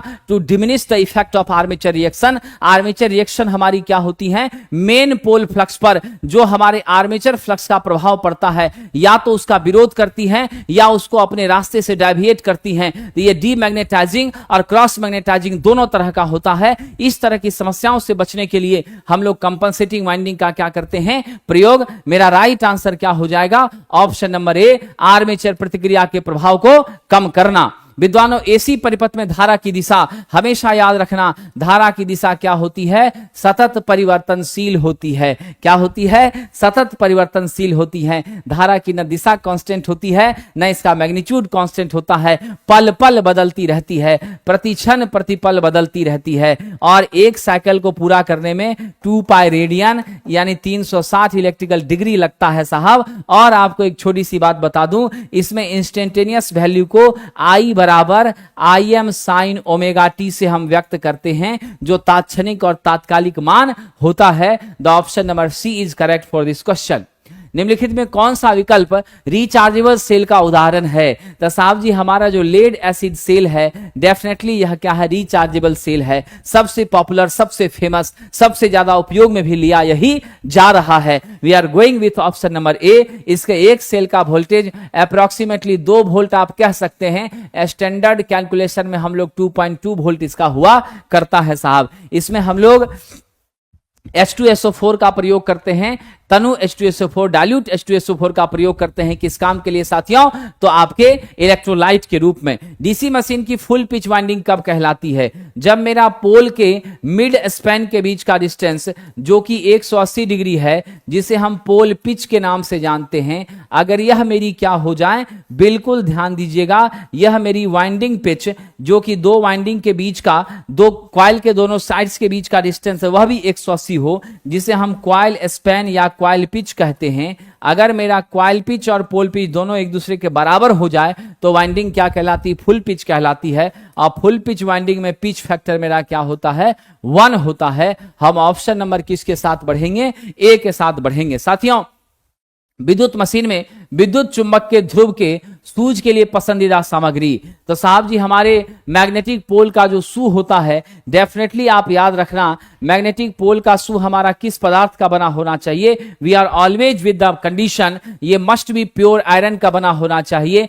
क्योंकि हमारे दिए गए ऑप्शन में ये सब विद्युत का अच्छा चालक है। ये मैग्नेटिक क्या है साहब? घटिया कंडक्टर है। लेकिन मेरा लोहा ये एक बढ़िया चुंबकीय पदार्थ है साथियों। इसमें मैग्नेटिक प्रॉपर्टी क्या होती है? अच्छी होती है। इसीलिए उसका सूज भी हमारा क्या हो? लोहे का, मैग्नेटिक मटेरियल का हो तो ये बेहतर माना जाता है। चुंबकनशीलता, परमीएबिलिटी, इसकी क्या यूनिट होती है मेरे डियर फ्रेंड? तो आप सभी को मैंने बताया है, यह क्या होती है? म्यू से सूचित करते हैं, हेनरी प्रति मीटर होती हैं। अगर आप म्यू 0 की बात करते हैं एब्सोल्यूट परमीएबिलिटी की, तो यह आपका क्या होता है? 4 पाई इंटू 10 के पावर माइनस 7 हेनरी प्रति मीटर होती है। क्या होती है? 4 पाई इंटू 10 के पावर 7 हेनरी प्रति मीटर होती है। Option number D is the correct answer. Weber प्रति मीटर स्क्वायर मेरे फ्लक्स डेंसिटी का क्या होता है? यूनिट होता है। यही 1 टेस्ला के क्या होता है? बराबर होता है। सेल का समांतर समूहन, समांतर समूहन क्या करता है? करंट की क्षमता बढ़ाता है। श्रेणी समूहन क्या करता है? तो हमारा वोल्टेज की क्षमता बढ़ाता है। और दोनों को बढ़ाना हो, वोल्टेज करंट दोनों को, तो हम क्या करते हैं? सीरीज पैरेलल दोनों का प्रयोग करते हैं। स्टार में 3 फेज परिपथ का करंट 100 एम्पियर है। लाइन करंट क्या होगा? मेरे विद्वान मित्रों, स्टार में आप जानते हैं मेरी IL बराबर IPH होती है, मेरा VL बराबर √3 VPH होता है, मेरा VPH बराबर VL बटे √3 होता है। यानी स्पष्ट है IL IPH के बराबर है। यह मान आपका क्या हो गया? 100 एम्पियर। ऑप्शन नंबर कौन सा दे दें? बी दे दें साथियों। चलिए, आपका कह रहा है स्टार से जुड़े फेज वोल्टेज का मान, आपका VPH ही मेरा कितना है?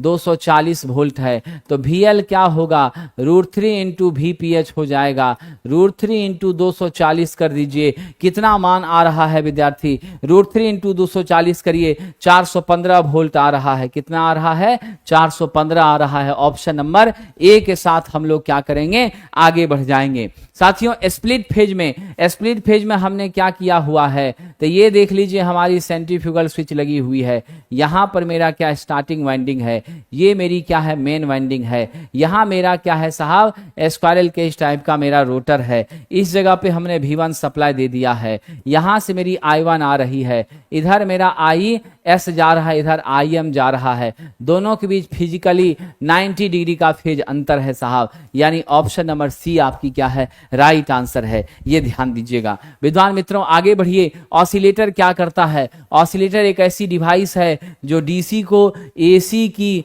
वांछित आवृत्ति में बदलता है। क्या करता है? वांछित आवृत्ति की एसी में बदलता है। हम जितने हर्ट्ज की फ्रीक्वेंसी पर एसी चाहते हैं उसमें बदलने का काम करता है। Option number C is the right answer for this. ये कमजोर सिग्नल को मजबूत सिग्नल में बनाना, इसका काम किसका है? ये काम साहब एम्पलीफायर का है। एसी को डीसी में बदलना रेक्टिफायर का है। एसी को डीसी में बदलना किसका काम है? रेक्टिफायर का काम है साहब। चलिए, यूजेटी यूनी जंक्शन ट्रांजिस्टर क्या होता है? ये यूनी जंक्शन ट्रांजिस्टर। तो मेरी जो यूनी जंक्शन ट्रांजिस्टर यूजेटी है साहब, ये आप देख लीजिएगा, सिर्फ हमारी क्या है यहाँ पर 1 2 3 टर्मिनल है, बेस 1 बेस 2 और ये यहाँ पर क्या है इमीटर है। साथियों मैं आपको एक महत्वपूर्ण बात बता दूं, ये यूजेटी किस काम के लिए इस्तेमाल में लिया जा रहा है? तो यह साहब एक प्रकार का रिलैक्सेशन ऑसिलेटर के रूप में काम करता है और हम लोग इसके द्वारा सॉटूथ वेव फॉर्म बनाने में क्या करते हैं? संपन्न होते हैं। टूथ वेव फॉर्म बनाने के लिए हम इसका क्या करते हैं? प्रयोग करते हैं। ठीक है, ध्यान रखिएगा। सॉटूथ वेव फॉर्म आपका ऐसा होता है, आरी के दांत वाला वेव फॉर्म। ठीक है, option number C is the right here. Now the next question, AC voltage का समीकरण V बराबर 300 साइन 2 पाई FT दिया है। स्टैंडर्ड होता है V बराबर VM साइन ओमेगा टी। यहां से कंपेयर करिए, मेरा VM कितना मिल गया? 300 वोल्ट मिल गया। मुझे VRMS पूछ रहा है, VM बटा √2 होता है, तो हम 300 बटा √2 कर दें। What will be the value? चलिए, जब डायरेक्ट यहीं पर आंसर दे दिया तो हम यहीं लेके चलते हैं, तोड़ने की जरूरत नहीं है।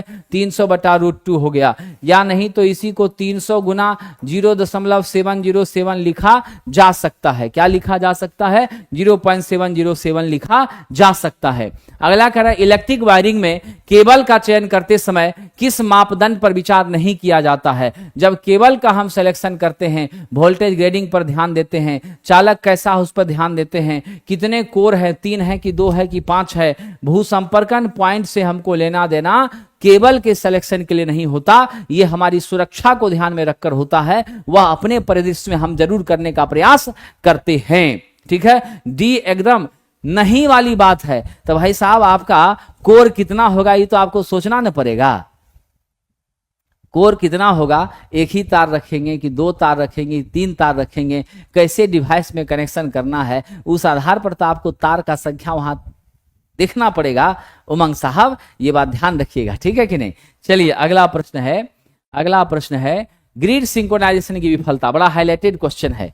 हमारी जो ग्रिड सिंक्रोनाइजेशन की विफलता है वह साहब हैवी हार्मोनिक्स के कारण होती हैं। इंटरप्शंस हमारे वेव में जब बहुत ज्यादा हो जाती हैं उसके कारण होती हैं। क्या होती हैं? इंस्ट्रक्शन। विद्यार्थी जी मैंने आपका जवाब दे दिया है, D is not possible, it is must be mandatory that we have to select. ध्यान रखिएगा, ध्यान रखिएगा साहब, अत्यंत महत्वपूर्ण बात मैं आपको बता रहा हूं। डी नहीं हो सकता है। डी हमारे लिए आवश्यक कंडीशन है। हमारे 3 टर्मिनल हैं तो 1 2 3 कंडक्टर चाहिए कि नहीं चाहिए? 2 है तो 1 2 चाहिए कि नहीं चाहिए? ठीक है कि नहीं? तो हमें किस तरह के एप्लीकेशन में किस तरह के अवयव में सप्लाई देनी है उस आधार पर हम लोग ऐसा करेंगे। ठीक है, 64 नंबर कहां छोड़ दिए विद्यार्थी जी? 64 नंबर क्वेश्चन छूटा हुआ है। 64 नंबर तो बताए हैं, भू संपर्कन बिंदु मेरा क्या है, इस पर हम ध्यान नहीं देते हैं, इसका मैंडेटरी कोई कंडीशन नहीं है, इसीलिए साहब। चलिए आगे बढ़ते हैं। विशेष प्रतिरोध की एसआई इकाई होती है साहब स्पेसिफिक रेजिस्टेंस। रो की बात कह रहा है। हम जानते हैं आर बराबर रो एल बाय ए होता है, रो बराबर R into A by L होता है। स्पेसिफिक कंडीशन में आर आप 1 ओम लीजिए, एरिया आप 1 मीटर स्क्वायर लीजिए, एल आप 1 मीटर लीजिए, वैल्यू पुट करिए 1 ओम इंटू 1 मीटर स्क्वायर बटा 1 मीटर, मीटर से ये कट गया, ओम मीटर आपका बचता है, रो का यूनिट क्या होता है, ओम मीटर होता है। ऑप्शन क्या हो जाएगा, सी नंबर, ओम मीटर। 40, 60, 100 वाट का 3 बल्ब सीरीज में 220 वोल्ट एसी में जुड़ा है, कौन सा बल्ब सबसे ज्यादा चमकेगा? तो जब हमारा सीरीज में बल्ब जुड़ा हो और सारा बल्ब ताप दीप्त हो, इनकैंडेसेंट हो, तो आप जानते हैं जिस बल्ब का प्रतिरोध क्या होता है मेरे विद्वान साथियों, जिस बल्ब का प्रतिरोध ज्यादा होता है उसकी चमक क्या होती है, ज्यादा होती है। तो इस दिए गए प्रश्नों में मेरा जो रेजिस्टेंस है वह मेरे पावर के क्या होता है, व्युत्क्रमानुपाती होता है, समझे ना। तो हम अगर रेजिस्टेंस के दृष्टिकोण से कंसीडर करें तो आर व्युत्क्रमानुपाती मेरे पावर का, जिसका पावर कम उसका रेजिस्टेंस ज्यादा, तो 40 वाट वाला पावर सबसे कम है, तो रेजिस्टेंस सबसे ज्यादा किसका होगा, 40 वाले का होगा। और आई स्क्वायर आर जो हमारी होगी वह अधिक कहां पर होगी, वह अधिक डेफिनेटली कहां होगी साहब, इसी वाले में होगी। इसीलिए 40 वाट वाला बल्ब क्या करेगा, ज्यादा चमकेगा, क्योंकि सब कैसे है, श्रेणी में है। यदि श्रेणी में जुड़ा हो तो सबसे कम वाट वाले का रेजिस्टेंस ज्यादा होता है, वो ज्यादा चमकता है, ठीक है। और पैरेलल में हो तो सबसे ज्यादा वाट वाला का क्या होगा, ज्यादा चमक होगी, ये ध्यान रखिएगा, ठीक है। क्या होगी, पैरेलल में हो तो सबसे ज्यादा वाला चमकेगा, और सीरीज में हो तो सबसे कम वाला ज्यादा चमकेगा। ये हमारी किताबें हैं साथियों, जो आपकी सहायता पहुंचाएगी और आपको सफलता के दिलाने में भरपूर मदद करेगी और आपको सफलता सुनिश्चित आपकी करेगी। वो हमारी क्या है साहब, बेसिक साइंस इंजीनियरिंग ड्राइंग के लिए रुक्मिणी प्रकाशन की ये बुक आप परचेज करेंगे। ट्रेड थ्योरी इलेक्ट्रिकल ग्रुप वाले इसको लेंगे, इलेक्ट्रॉनिक ग्रुप वाले भी इलेक्ट्रिकल ट्रेड थ्योरी का बुक लेंगे, और जो अदर मटेरियल है वो हमने अपने एप्लीकेशन पर टारगेट इलेक्ट्रॉनिक मैकेनिक के नाम से हमारी बैचेज हैं, टारगेट इलेक्ट्रॉनिक मैकेनिक के नाम से हमारी बैचेज हैं, उस बैचेज से आप जुड़ सकते हैं और उन बैच की मदद से आप इस बुक को लीजिए, यहां से कॉमन चैप्टर पढ़िए और अतिरिक्त चैप्टर का पीडीएफ हमने वहां भेज दिया है, उसे आप प्रिंट निकाल सकते हैं। डीजल वाले बच्चों के लिए ऑटोमोबाइल ग्रुप की हमारी बुक है, और मैकेनिकल के फीटर टर्नर वाले छात्रों के लिए हमारी अलग मैकेनिकल ग्रुप की बुक है। बुक से संबंधित कोई भी इंक्वायरी 7079212121 पर आप ले सकते हैं, और ये मार्केट में फ्लिपकार्ट, अमेजन सब जगह उपलब्ध है। तो वर्तमान में इस बुक को लेकर आप पढ़ाई करिए। इंग्लिश मीडियम में ये बुक नहीं है साथियों, आपका जो अंग्रेजी का टर्म है ब्रैकेट में वहां लिख दिया गया है, क्या किया गया है, ब्रैकेट में लिख दिया गया है, ठीक है। चलिए, ट्रेड में कम नंबर आता है तो आप टेस्ट वगैरह की प्रैक्टिस करिए और एक बार रिवीजन करिए, जरूर 15 से आप 35 पर पहुंच सकते हैं। 20 दिन में ऐसा किया जा सकता है। पंखे में कैपेसिटर का क्या काम है साहब, बड़ा ही अच्छा सवाल है। हमारे पंखे में जो कैपेसिटर है वह क्या करता है, फेज शिफ्ट करता है, और फेज की शिफ्टिंग से मेरी टॉर्क क्या होती है, बढ़ती है, मेरे अल्फा का मान क्या होता है, बढ़ता है। हम जानते हैं साइन अल्फा के क्या होता है, मेरी जो टॉर्क है वह समानुपाती होती है। अगर अल्फा हम 90 तक पहुंचा दें मेरी टॉर्क मैक्सिमम हो जाती है, यह ध्यान रखिएगा। चलिए आगे बढ़ते हैं। किस अल्टरनेटिंग करंट का रेजिस्टेंस आपका आर बराबर 40 ओम दे दिया है, एक्सएल आपका 90 ओम दे दिया है, एक्सी आपका 60 ओम दे दिया है, और सब आपका सीरीज में है, जेड बराबर आपसे पूछ रहा है। ऐसे सिचुएशन में विद्वान मित्रों क्या करेंगे, आप देख रहे हैं मेरा एक्सएल बड़ा है किससे, एक्सी से। ऐसी स्थिति में मेरा जेड क्या होता है, √r² plus XL minus XC का होल स्क्वायर होता है। तो चलिए जरा आर का मान देख लीजिए, यहां 40 का स्क्वायर, एक्सएल हमारा कितना है साहब, 90 माइनस 60 का होल स्क्वायर, अंदर आपका क्या हो गया, 40 स्क्वायर प्लस आपका 30 का स्क्वायर। जरा बता दीजिए 40 16 9 आपका कितना हो गया, 50 2500, अंडर रूट आपका 2500 बराबर क्या हो गया, 50 ओम मेरा जेड हो गया। ऑप्शन नंबर कौन सा ले लेंगे, ए ले लेंगे साथियों। क्या ले लेंगे, ए ले लेंगे। चलिए अगला प्रश्न, अगर सी बड़ा होता तो एक्सी माइनस एक्सएल करते, ठीक है। चलिए दोनों बराबर होता तो सिर्फ जेड के बराबर। बहुत हाईलाइटेड क्वेश्चन है, पिछली बार भी आया था। ग्रिड सिंक्रोनाइजेशन के लिए मैक्सिमम हम कितना एंगल का डिफरेंस स्वीकार कर सकते हैं? प्लस माइनस 20 डिग्री तक का हम ले सकते हैं। कह रहा है दो तार का प्रतिरोध सीरीज में जोड़ते हैं तो 25 होता है, यानी R1 प्लस R2 करते हैं तो 25 होता है, ठीक है। और यदि हम पैरेलल करते हैं R1 R2 बटे R1 प्लस R2 तब यह 6 होता है, ठीक है। आपसे पूछा जा रहा है प्रतिरोध कितना होगा। आइए जरा आगे बढ़ते हैं। ऐसे क्वेश्चन में कॉम्प्लेक्सिटी की ओर ना बढ़ें, हम सीधे सीधे क्या करें, ऑप्शन से क्वेश्चन पर आते हैं। 8 7 15 25 तो हो रहा है, 12 13 15 25 तो हो रहा है, 20 5 25 तो हो रहा है, 15 10 25 तो हो रहा है, सब हो रहा है। लेकिन अब हमको क्या करना है, सीरीज वाला तो फिट बैठ गया, लेकिन 17 8 का आप पैरेलल कीजिए, देखिए तो 12 13 का पैरेलल कीजिए, 20 5 कितना हो गया 100, 100 बटे 25 तो 4 ओम आया, ये भी नहीं हुआ, ये भी नहीं, ये भी नहीं। लेकिन 15 10 का करते हैं तो 15 10 150 प्लस 25 तो 150 बटे 25, 25 छके हो रहा है। तो मेरा राइट आंसर क्या हो गया, ऑप्शन नंबर डी है। तो जब आप इसमें क्या करिएगा, ऑप्शन से ही आंसर पर आने का प्रयास कीजिएगा, चुटकियों में हल हो जाएगा, ठीक है। चलिए आगे बढ़ते हैं। किसी सर्किट में वोल्टेज आधा घट गया है और रेजिस्टेंस दोगुना हो गया है तो करंट क्या होगा, I बराबर V बाय R है। सिचुएशन कह रहा है V बटा 2 हो गया है और R यहां 2R हो गया है, नहीं R क्या हो गया है, 2R हो गया है। यहां आपका क्या हो गया, V बटा 2 हो गया है। तो अब जरा हमें आप बताइए साहब जी क्या हो जाएगा, 1/4 इंटू V बाय R, यानी 1/4 मेरी करंट नहीं कम हो जाएगी 1/4 करंट नहीं कम हो जाएगी, तो क्या हो जाएगी, मेरी करंट 1/4 हो जाएगी, ठीक है ना। करंट क्या हो जाएगी, 1/4 हो जाएगी। ऑप्शन नंबर मेरा क्या हो गया, बिल्कुल साहब option number D is the right answer. चलिए आगे बढ़ते हैं।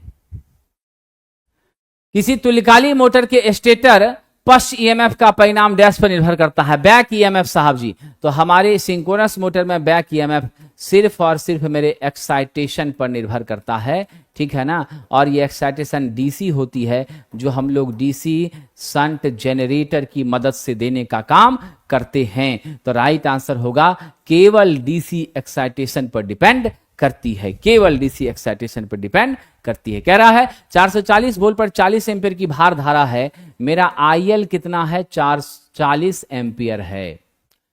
जनरेटर का वोल्टेज कितना है, 440 वोल्ट है। मेरा आरएसएच कितना है, 220 ओम है, ठीक है। और मेरा आरए का मान कितना है, 0.8 ओम है। आपसे आईए बराबर पूछ रहा है वाट, ठीक है। हम यहाँ से ISH निकाल लें, क्या हो जाएगा, V बाय RSH 440 बटे 220, how much will be the value, आपका क्या हो गया 2 एम्पियर, ठीक है। आपका क्या है साहब, जनरेटर है। तो जनरेटर में मेरी क्या होती है, ध्यान रखिएगा, इधर IL, इधर IA और इधर मेरी ISH होती है, ठीक है। तो हम सब क्या जानते हैं, हमारा IA क्या हो जाएगा, IL प्लस ISH हो जाएगा जनरेटर में। तो इसीलिए यहाँ IA बराबर क्या लिखिएगा, IL का मान 40 है, ISH का मान कितना है, 2 है, बराबर आपका क्या हो जाएगा 42 एम्पियर हो जाएगा। हम उत्तर किसके साथ चले जाएं, सी नंबर के साथ चले जाएं। किसके साथ, सी के साथ चले जाएं।